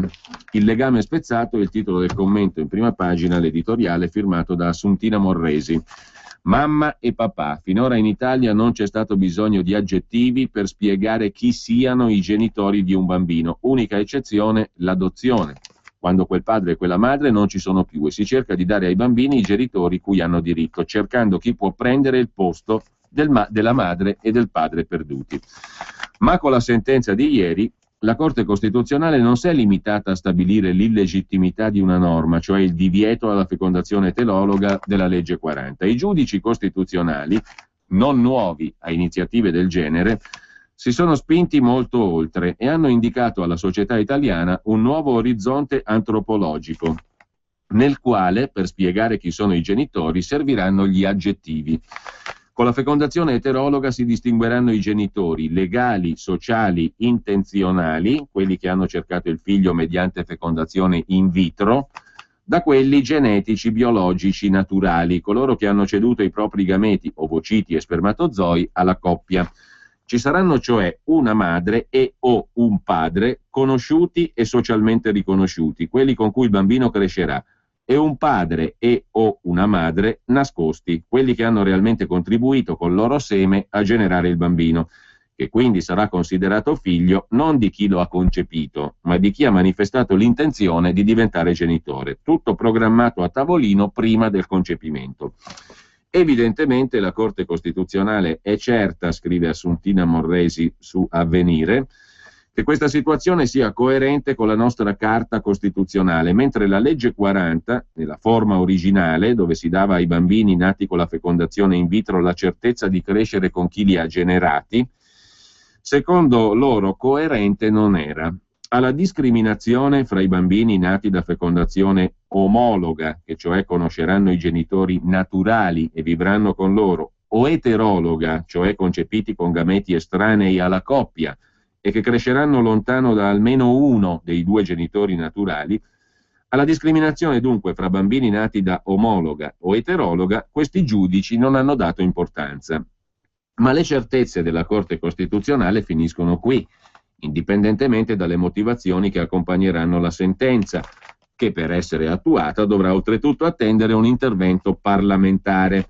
Ci sarà bisogno di una nuova legge che stabilisca se solo uno dei due genitori intenzionali può accedere all'eterologa o se entrambi possano farlo, cioè se si prende sia il seme maschile che l'ovo femminile, entrambi all'esterno della coppia. Bisognerà poi decidere se il bambino avrà il diritto o meno a conoscere i propri genitori naturali ed eventualmente anche i parenti più stretti, sorelle e fratelli, e quale legame si potrà stabilire con loro, scrive ancora Assuntina Morresi. Ci sarà bisogno di un registro come quello che c'è in Gran Bretagna, che tenga conto dei nati da eterologa, per evitare che parenti stretti si uniscano a loro insaputa. Sarà poi necessario stabilire anche le modalità con cui organizzare le banche dei gameti. Si sceglieranno anche in Italia, come avviene altrove, ovociti e spermatozoi su catalogo, in base alle caratteristiche fisiche, etniche o al grado di istruzione di chi li offre? E quella dei gameti sarà una donazione a tutti gli effetti o si introdurranno le cosiddette indennità per i donatori, cioè forme di pagamento surrettizie, senza le quali è molto difficile che giovani donne si sottopongano a trattamenti ormonali pesanti e a un successivo intervento chirurgico per regalare i propri ovociti a estranee. E fino a quante volte si potranno donare i propri gameti? E si potranno donare gameti fra consanguinei, cioè madri e figlie o sorelle, potranno scambiarsi gli ovociti e padri e figli o fratelli il liquido seminale? Il fatto è che l'eterologa non è una variante tecnica di una procedura di fecondazione in laboratorio, ma l'attuazione concreta di una nuova visione degli esseri umani e delle loro relazioni fondanti, dove l'oggettività dei rapporti fisici e delle reti parentali è letteralmente evaporata, soppiantata da desideri e intenzioni. Anche in Italia, conclude Assuntina Morresi, si affaccia purtroppo una società in cui perfino il legame più profondo che gli esseri umani conoscono, quello fra una madre e suo figlio, viene frammentato, sminuzzato nelle sue componenti genetiche, gestazionali e sociali, e niente lo potrà sostituire nella sua pienezza. Certo non il mercato della vita, lucrativo e gelidamente organizzativo, che già stiamo vedendo crescere altrove. È su questo, non su norme tecniche, che dovremo riflettere e confrontarci nei luoghi del dibattito pubblico e nelle aule parlamentari. Dobbiamo esserne consapevoli.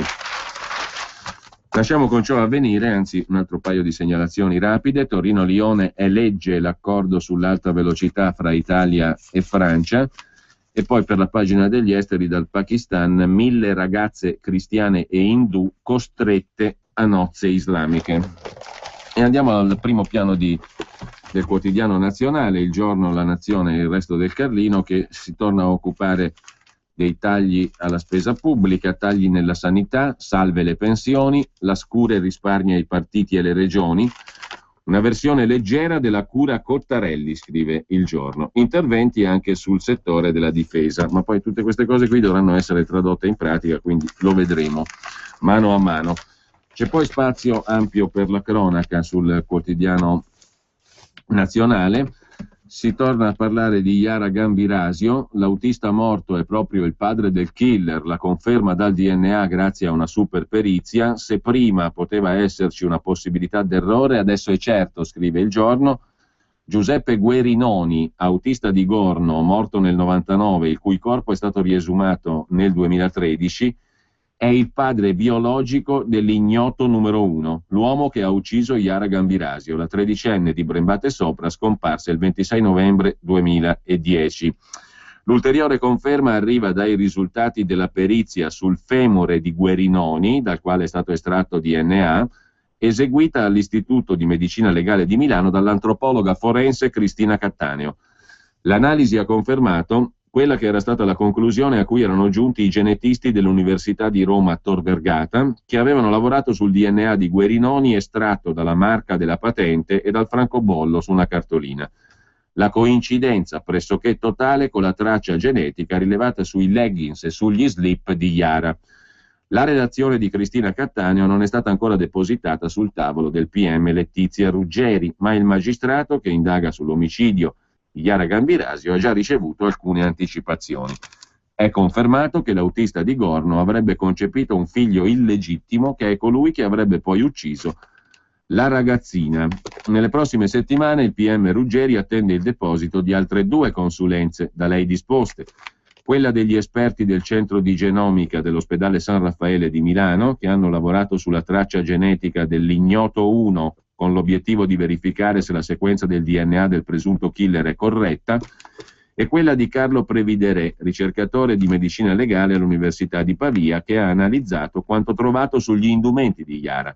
Fra i capelli, le formazioni pilifere e i tessuti epiteliali, molti non appartengono alla vittima e non sono di origine animale. Sono stati analizzati per tentare di risalire ai gruppi etnici di appartenenza e individuare profili genetici.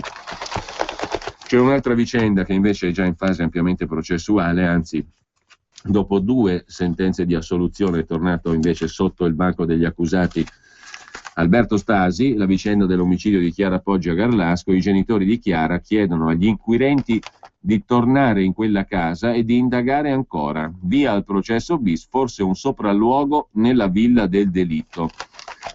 Ad anni ormai di distanza. Lasceremo l'abilitazione anche per un lungo periodo se i giudici decidessero di ricostruire la camminata dell'imputato, dicono i genitori. Sono pronti a lasciare la loro abitazione, il villino dove è stata massacrata la loro figlia, Rita e Giuseppe Poggi, i genitori di Chiara. Accetterebbero di stare lontani anche per un periodo lungo, tutto il tempo necessario, se i giudici disponessero di ricostruire la camminata di Alberto Stasi, dal soggiorno di casa della fidanzata fino alla scala della cantina in fondo alla quale fu trovato il corpo. Se fosse lo stesso Stasi a entrare nella loro abitazione, Rita e Giuseppe non si opporrebbero. Al contrario, fanno sapere che tutto quello che potrà favorire la scoperta della verità non sarà ostacolato. L'imputato Stasi in aula, gli avvocati di Stasi dicono: questo ragazzo si sente come nel tritacarne. Alberto Stasi si è presentato accanto ai suoi legali, il professor Angelo Giarda, l'avvocato Fabio Giarda e l'avvocato Giuseppe Colli. L'umore di Alberto, dice Fabio Giarda, è quello di una persona che sta in un tritacarne. In aula Alberto Stasi ha preso appunti. Ha risposto "ci penso" quando il presidente gli ha chiesto se ha dichiarazioni. 7 anni dopo. Come riavvolgere un nastro che riporta al 13 agosto del 2007. Ma vediamo anche la prima pagina del Secolo XIX di Genova. Qui c'è un altro aumento di tasse, se ne parla poco, la questione della Tasi è stata ignorata, la Tasi che si mangia il bonus di 80 euro. Ma poi c'è anche l'aumento delle tasse sui conti correnti bancari, che è una cosa che riguarda tutti.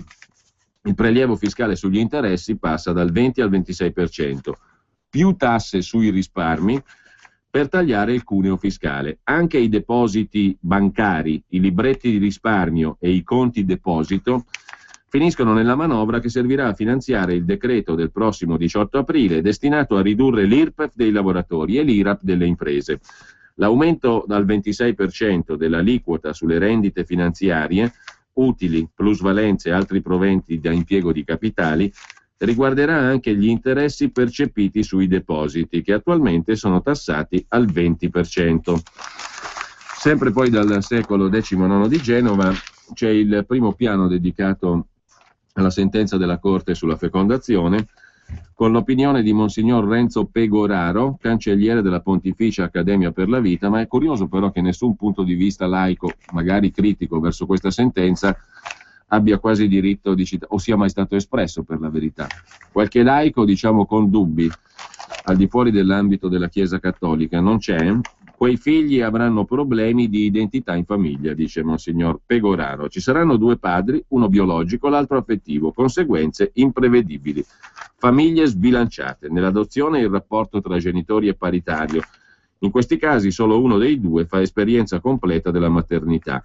Creerà degli scompensi, prevede il cancelliere della Pontificia Accademia per la Vita. Infine, sempre dal quotidiano genovese, un dato sull'alcol: 780 morti in Liguria, i dati diffusi dall'Istituto Superiore di Sanità al Convegno Nazionale sulla Prevenzione dell'Alcolismo.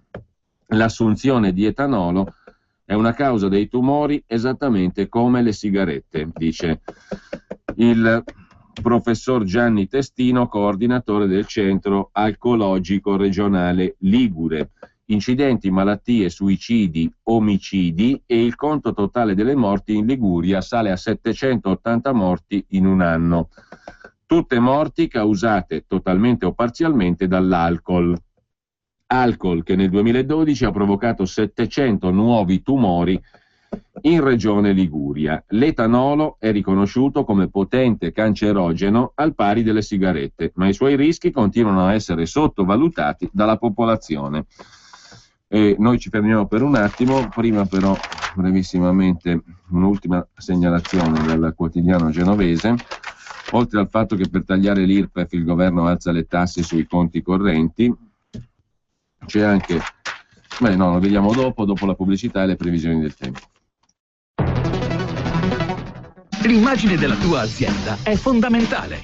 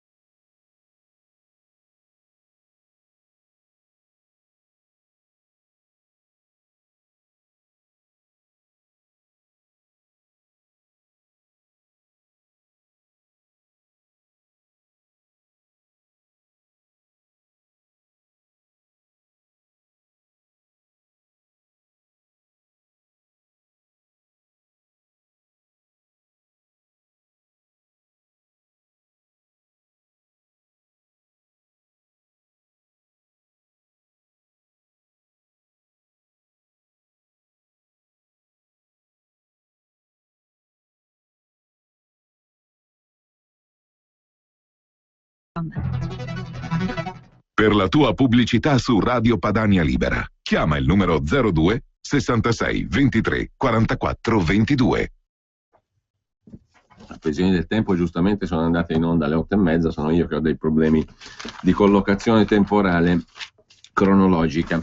Comunque lasciamo il secolo XIX di Genova, ho problemi anche di ritrovamento notizie, perché notizie di cui vi ho parlato non c'era.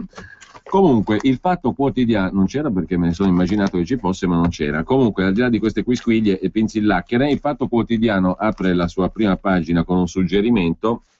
Matteo, taglia qui 793 uomini e l'esercito di Napolitano. Il Quirinale schiera un apparato di sicurezza che è quasi il doppio di quello della Casa Bianca e ci costa 40 milioni all'anno. Chi lavora al Quirinale incassa un'indennità tripla rispetto a quella degli investigatori della Direzione Investigativa Antimafia, ormai smantellata, mentre Alfano risparmia sulla polizia della strada.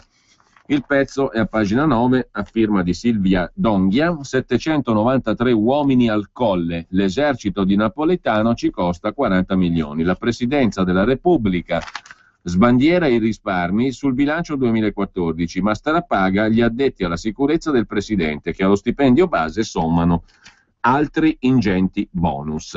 Per la sicurezza e l'incolumità di Barack Obama bastano 500 persone, per Napolitano 793. Niente male. Poi il Fatto con Marco Lillo ritorna su un'altra questione che è stata così trattata come se nulla fosse, ovvero la furbata che ha regalato a Renzi 2 pensioni. La furbata fatta da papà e mamma Renzi per favorire il figliolo facendogli pagare la pensione con la tasca nostra. Renzi non rinuncia alla pensione, scrive. Poverino, c'ha 39 anni, deve già pensare alla pensione. Intanto però gliel'abbiamo pagata noi. Prima di essere eletto si fece assumere dal papà 300.000 euro di contributi e 40.000 di TFR pagati dallo Stato, cioè da noi. Assunto un giorno prima della candidatura. Rimane in aspettativa dal 2004, quando viene eletto alla provincia. Lo stipendio da premier è 115.000 euro all'anno senza vitalizio. Dice lo staff, non ha ancora preso il primo stipendio. Insomma, gli stipendi si pagano ogni mese, no? Mentre i precari, gli esodati e i baby pensionati d'oro tremano, scrive Marco Lillo, Matteo Renzi sorride e consolida la sua straordinaria anzianità pensionistica, costruita grazie a una furbata svelata dal Fatto Quotidiano nella disattenzione generale. Renzi non si dimette dalla società di famiglia, come gli avevamo chiesto il giorno del suo insediamento. I 10 anni di anzianità e i 40.000 euro di TFR versati dai contribuenti di Firenze all'azienda di famiglia che lo ha assunto alla vigilia della candidatura nel 2003 potevano bastare. Dai contribuenti non solo di Firenze, perché è vero che è stato eletto in provincia, però la provincia è pur sempre parte del bilancio pubblico complessivo. Quindi i contribuenti tout court hanno pagato 10 anni di anzianità, 300.000 euro di contributi e 40.000 euro di TFR. L'azienda di famiglia aveva assunto Renzi alla vigilia della candidatura nel 2003. Il Premier mantiene la sua dorata aspettativa, aprendosi la strada verso il raddoppio della pensione col vitalizio da parlamentare se un domani sarà eletto.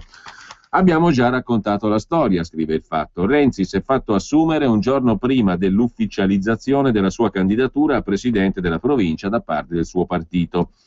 Il 27 ottobre del 2003 l'azienda di famiglia Renzi, la CIL SRL, trasforma il contratto di Matteo Renzi da co-co-co a dirigente. Da quel momento Renzi, in caso di elezione in provincia, ha diritto ai contributi pensionistici figurativi. Il giorno dopo, il 28 ottobre, la Margherita ufficializza la candidatura di Renzi alla presidenza.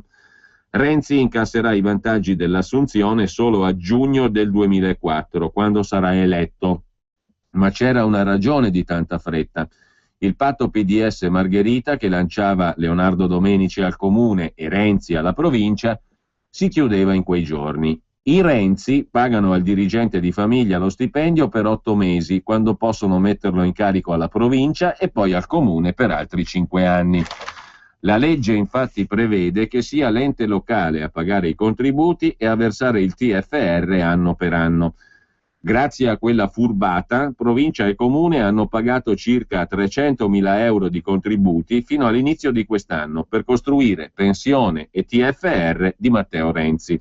Dal 2004 al 2013 i contribuenti hanno versato nelle casse della società di famiglia CIL o CIL, poi divenuta E26, hanno versato per Renzi poco meno di 40.000 euro solo per il TFR, 300.000 di contributi. Se accogliesse il nostro consiglio di dimettersi per mettere fine a questa situazione imbarazzante, Renzi potrebbe incassare i soldi versati per lui dai suoi concittadini anche domani. A parte il TFR pronto nella cassa di famiglia, Renzi potrà contare su un'anzianità contributiva che i suoi coetanei si sognano. Se regge fino a fine legislatura, Renzi a 43 anni avrà già accumulato 14 anni di anzianità. Il Fatto ha chiesto allo staff di Renzi i dati sul suo trattamento economico. Il presidente, dice il suo staff, non ha ancora preso il suo primo stipendio.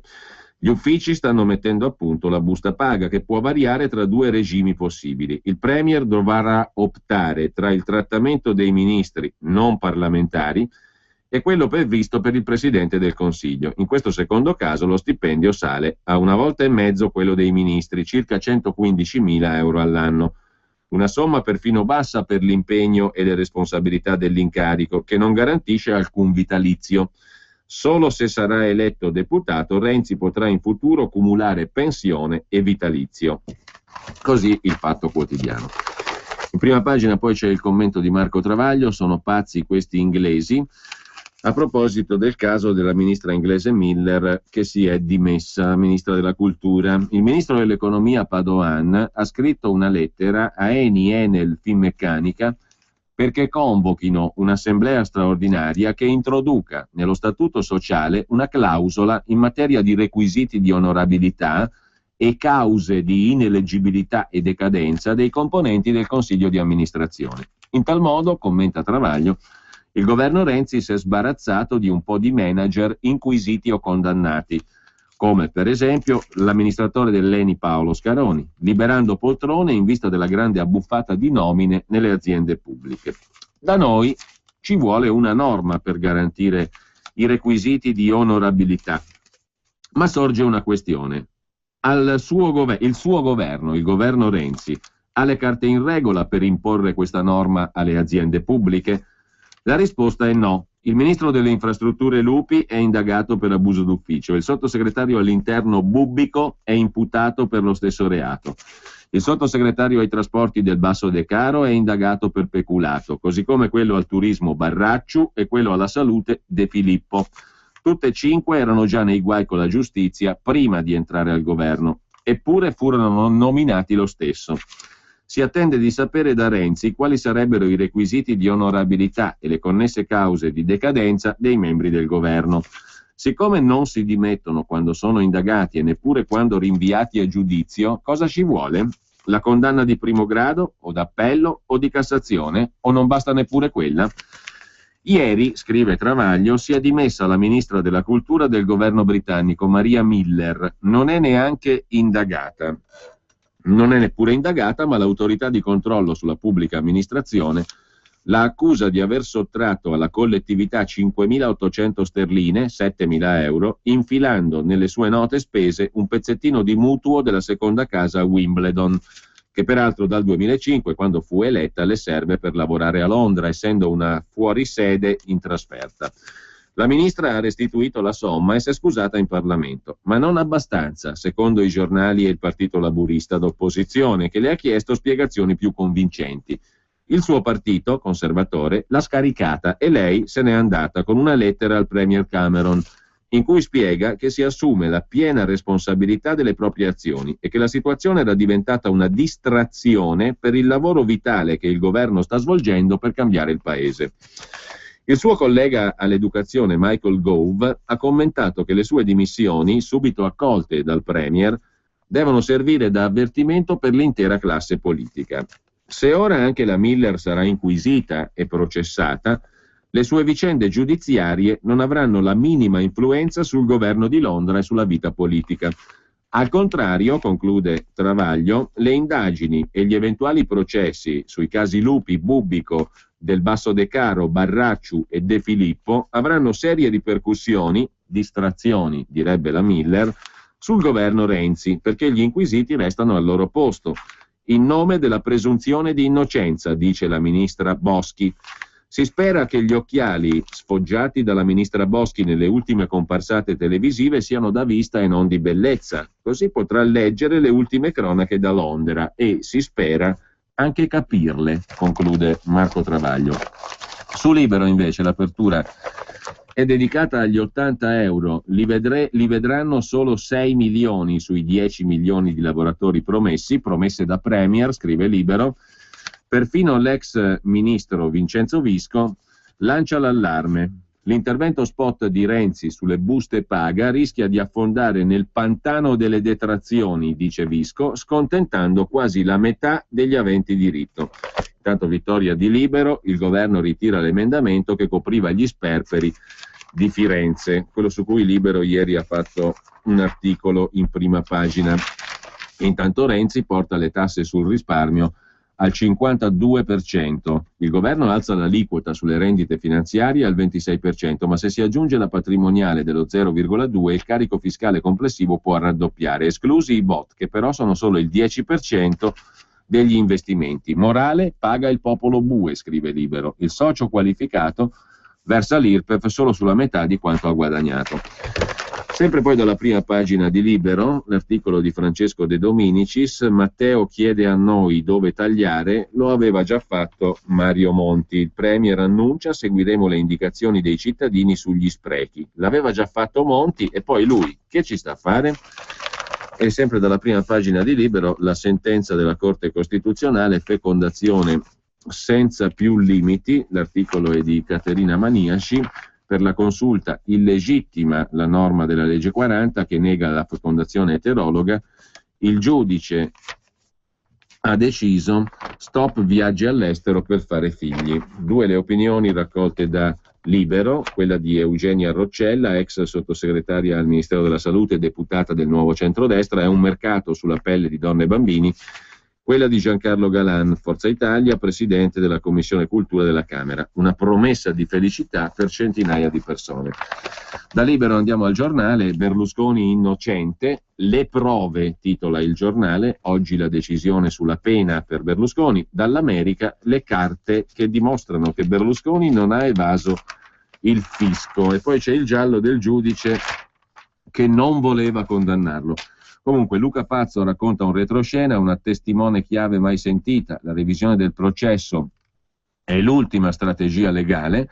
Gli avvocati di Berlusconi sono pronti a chiedere a Brescia di riscrivere la storia dell'inchiesta. Cruciale l'affidavit dell'ex braccio destro di Frank Agrama, insomma la vicenda è complessa, c'è una testimone secondo Berlusconi che andrebbe sentita ulteriormente. Mentre sempre dal Giornale c'è il giallo delle 5 firme sulla condanna, il retroscena della sentenza della Cassazione dello scorso agosto contro Berlusconi, con il presidente di sezione, il celeberrimo giudice Antonio Esposito, chi non poteva non sapere. Il collegio guidato da Esposito volle mascherare la contrarietà del giudice relatore. E sempre dal Giornale c'è il commento dell'avvocata Anna Palacio, ex ministro degli esteri spagnolo e a capo del team di avvocati che ha patrocinato la causa di Berlusconi presso la Corte dei diritti dell'uomo di Strasburgo. Se l'Europa folle si affida a un usciere. Se c'è un'istituzione che nel mondo è identificata con l'Europa migliore, questo è il Consiglio d'Europa, forum di promozione dello Stato di diritto e dei diritti umani, e la Corte europea dei diritti dell'uomo, che ha saputo espandere i margini di protezione della Convenzione europea dei diritti, conferendo un'efficacia reale ai diritti che tutela. La Corte interviene a tutela dei singoli di fronte agli Stati, scrive Anna Palacio. Ciò significa che in ogni caso di violazione dei diritti umani che le viene sottoposto deve analizzare il funzionamento dei meccanismi di riparazione esistenti in ogni Stato, valutando la possibilità del cittadino di ottenere giustizia. In molti modi la Corte è riuscita a sancire la possibilità di concedere misure provvisorie per tutelare l'oggetto del procedimento finché la sentenza non sia emessa. Appare un po' troppo difficile questo ragionamento, comunque per il momento lo saltiamo a pie pari. E sempre dalla prima pagina del Giornale, 2 pareri sulla fecondazione eterologa, la fine del divieto. Vittorio Feltri, così si restituisce alla coppia la libertà di scelta. Era ora, scrive Feltri, una legge che vietasse l'inseminazione con l'intervento di un donatore, ma perché uno, anche 2 per la verità, ovviamente anonimo, non solo era insensata ma medievale. Mi domando come mai la Corte Costituzionale solo adesso si sia accorta che essa non si concilia con la nostra Costituzione e vada eliminata dal novero delle leggi. Comunque meglio tardi che mai, così si ridà alla coppia la libertà di scelta. L'altro parere è quello di Luca Doninelli: l'egoismo non può essere un diritto, l'uomo non è solo una passione inutile, come diceva Sartre, è un essere completamente superfluo, la cui esistenza o non esistenza appartiene al regno dell'arbitrio. Adesso voglio un figlio, poi magari anche no. poi cambio ancora idea. Che male c'è? Tutti desiderano un figlio, la sentenza della consulta pro-eterologa sembra favorire questo desiderio. Se il seme di papà non funziona, perché non tentare altre vie, altro seme, altro utero? Non facciamola facile però, per capire un fatto come questo va prestata attenzione ad altri dati. Uno di questi il calo vertiginoso delle richieste di idoneità per l'adozione. È vero che ogni anno 10.000 famiglie italiane si rivolgono a centri stranieri per fecondazione assistita, ma è anche vero che nei primi mesi 2014 si parla di un 40% in meno di domande di adozione rispetto agli stessi mesi del 2013. Burocrazia, rigidità dei tribunali, allungarsi dei tempi di risposta, costi hanno scoraggiato chi intraprendeva la via dell'adozione.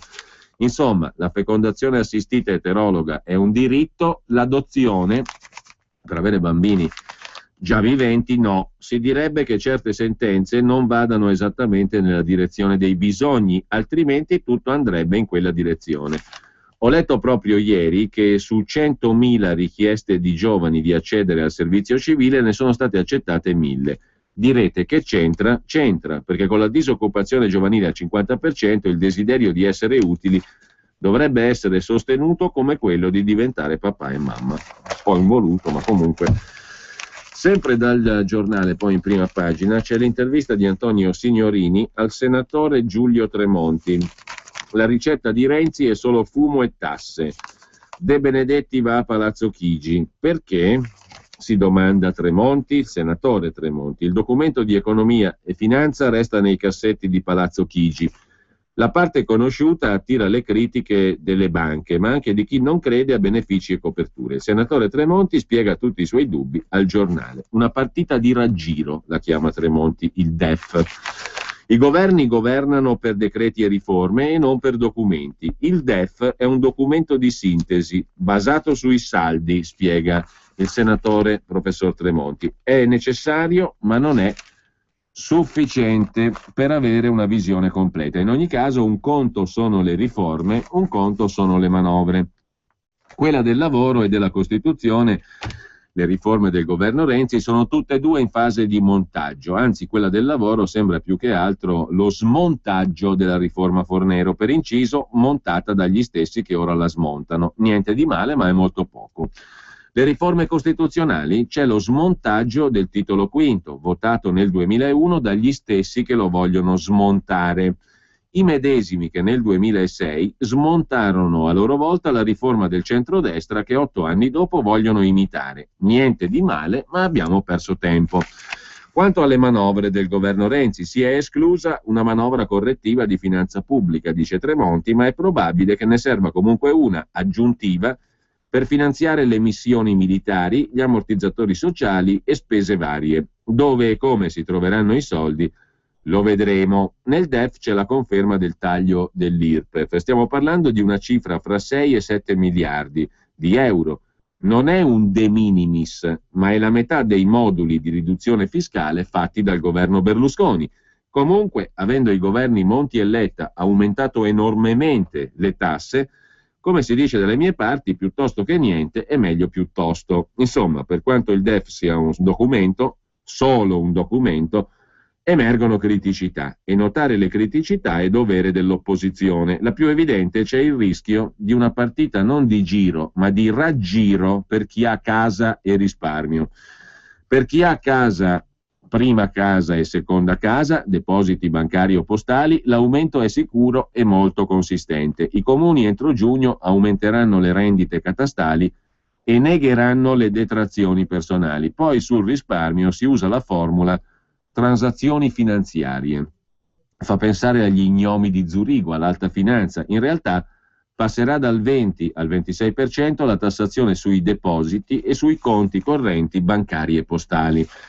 Tra il dare in tasse su mattone e i risparmi e il ricevere in detrazioni, gli italiani guadagneranno qualcosa? L'aumento delle tasse, risponde Tremonti, sulla casa e sul risparmio ha un volume che si avvicina a quello degli sgravi, ma produce un effetto recessivo. C'è una sfasatura tra le due aree, quella del maleficio e quella del beneficio fiscale. Il beneficio andrebbe a chi il posto di lavoro ce l'ha, non a chi non ce l'ha. se hai la busta paga e basta è un beneficio, se hai la busta paga ma anche la casa e un po' di risparmio, il maleficio azzera il beneficio. Se hai la casa e il risparmio ma non hai il lavoro, hai soltanto un maleficio. Per rendere stabile lo sgravio in busta paga devi coprirlo e finanziarlo. L'impressione è invece che ci siano insieme un po' di una tantum e un po' di una pocum. La maggior IVA derivante dai pagamenti anticipati dei debiti pubblici è una tantum, come notavamo ieri. Peraltro, quando l'ho proposta nell'estate 2012 come soluzione ponte per l'IMU, è stato detto che non era una buona copertura. Adesso lo diventerebbe per magia. La maggiore imposta sulle plusvalenze bancarie per Banca Italia è un una tantum, come peraltro ancora avevamo detto ieri, e produce un ulteriore effetto di blocco del credito, in un momento in cui il credito serve per lo sviluppo. Quanto agli una pocum, gli effetti miracolosi attesi dalla spending review. Quando si usa l'inglese è come nei Promessi Sposi, quando si usava il latinorum per ingannare i popoli. È un'astrazione, non è una copertura. Le coperture si fanno tagliando i capitoli di bilancio. Un taglio di spesa fatto a metà anno va cifrato per il doppio. Se vuoi ottenere 4, devi tagliare per 8 e devi farlo, dato che sei in corso d'anno su voci di spesa quasi sempre già impegnate. Un conto è non fare partire un treno, un conto è bloccarlo mentre è in corsa. Quanto ai tagli ai super stipendi, noi volevamo livellare tutto sulla media europea. Furbescamente ci fu detto che non era calcolabile. Monti ha già portato il tetto a 300.000 euro, lo si vuol portare a 250.000. Considerando la minor tassazione, dato che c'è minor reddito e dato che parliamo di poche decine di soggetti, l'effetto è molto basso. Non sono i 400 milioni di cui si parla, a meno che non si includano i livelli più bassi della dirigenza. In ogni caso, questo è il dovere dell'opposizione. L'augurio è che i tagli si facciano. Vediamo anche l'Unità, prima pagina, con una frase memorabile di fianco alla testata di Zygmunt Bauman, altro sociologo, fa il pari con Ulrich Beck in prima pagina su Repubblica. L'idea dell'Europa forse era e rimane un'utopia, ma è stata e rimane un'utopia attiva e la sua attività dipenderà dai suoi attori. Niente male questa frase qui. A pensarci bene, è una frase che non dice assolutamente nulla, però sembra che sia una frase colta, intelligente, accademica, diciamo così. L'Europa, l'idea di Europa, utopia, ma utopia attiva, e l'attività dipende dagli attori. Certo, un'attività senza attori, senza gente che agisce, non può definirsi a stretta logica attività, perché un'attività presuppone degli attori, o no? È una bella domanda inutile per concludere la mattinata. Un bel giorno per le donne, invece, il titolo d'apertura del quotidiano L'Unità.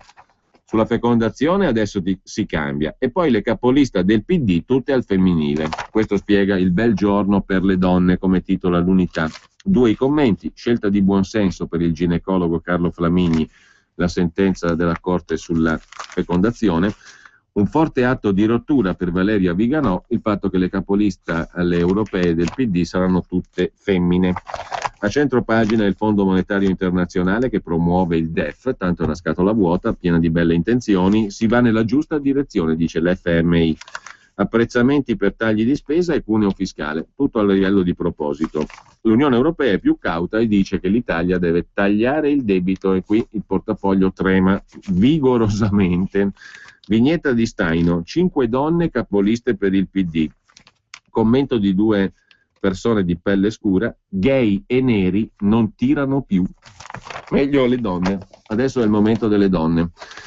Mentre il Foglio mette in prima pagina un commento di Nicoletta Tiliakos sulla Corte Costituzionale e la fecondazione eterologa, le motivazioni non note, bisognerà capire come sarà riempito il vuoto legislativo a questo punto, ma la cosa più importante è che stanno cadendo gli argini che la Italia, eccezione Italia rispetto a gran parte dell'Europa, stanno cadendo gli argini che l'Italia aveva messo a difesa di un'idea di umanità non subordinata alla tecnoscienza e alla legge del desiderio. Prendiamone atto, scrive Nicoletta Tiliakos sul Foglio di Giuliano Ferrara. Da ieri anche qui il diritto al figlio vince alla grande sul diritto del figlio, diritto alla certezza dell'origine per esempio, e gli scenari che si aprono si avvicinano a grandi passi a quel mondo nuovo alla Aldous Huxley che ha bisogno prima di ogni altra cosa di scardinare il valore della differenza sessuale,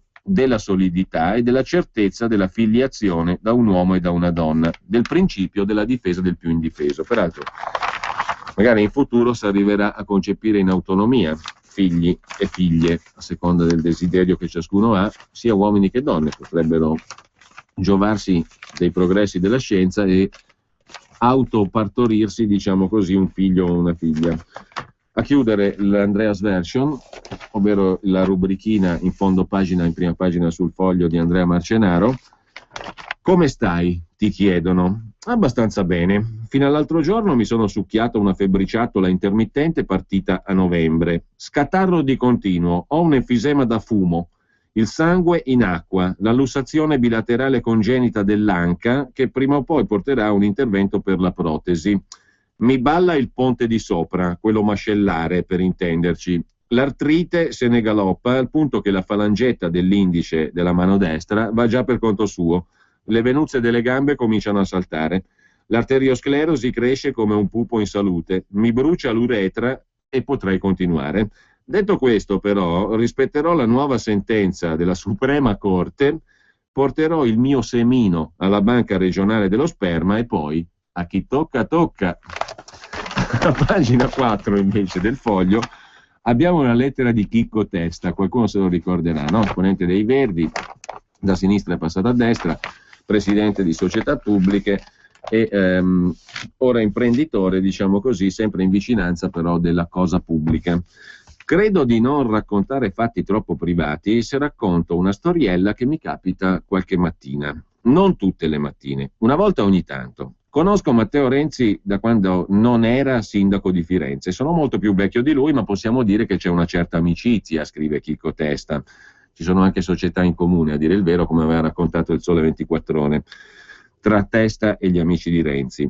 Qualche mattina, molto presto, perché noi anziani dormiamo poco, diciamo tra le 5 e le 6, gli mando un SMS per vari motivi. Dopo un minuto arriva la risposta. Mi sono segnato le ore 5:15, 6:01, 5:49. Le ore in cui Renzi risponde a Chicco Testa. Poi ho un amico, Carlo Stagnaro, dell'Istituto Bruno Leoni, che è diventato consulente del ministro Federica Guidi. Carlo si alza molto presto, ne fanno fede i tweet che immette a ore antelucane. Così talvolta, ma uno la mattina parla Madonna, cioè, ma la prima cosa che ci voglia di fare è chiappare il telefonino e mettere in tweet.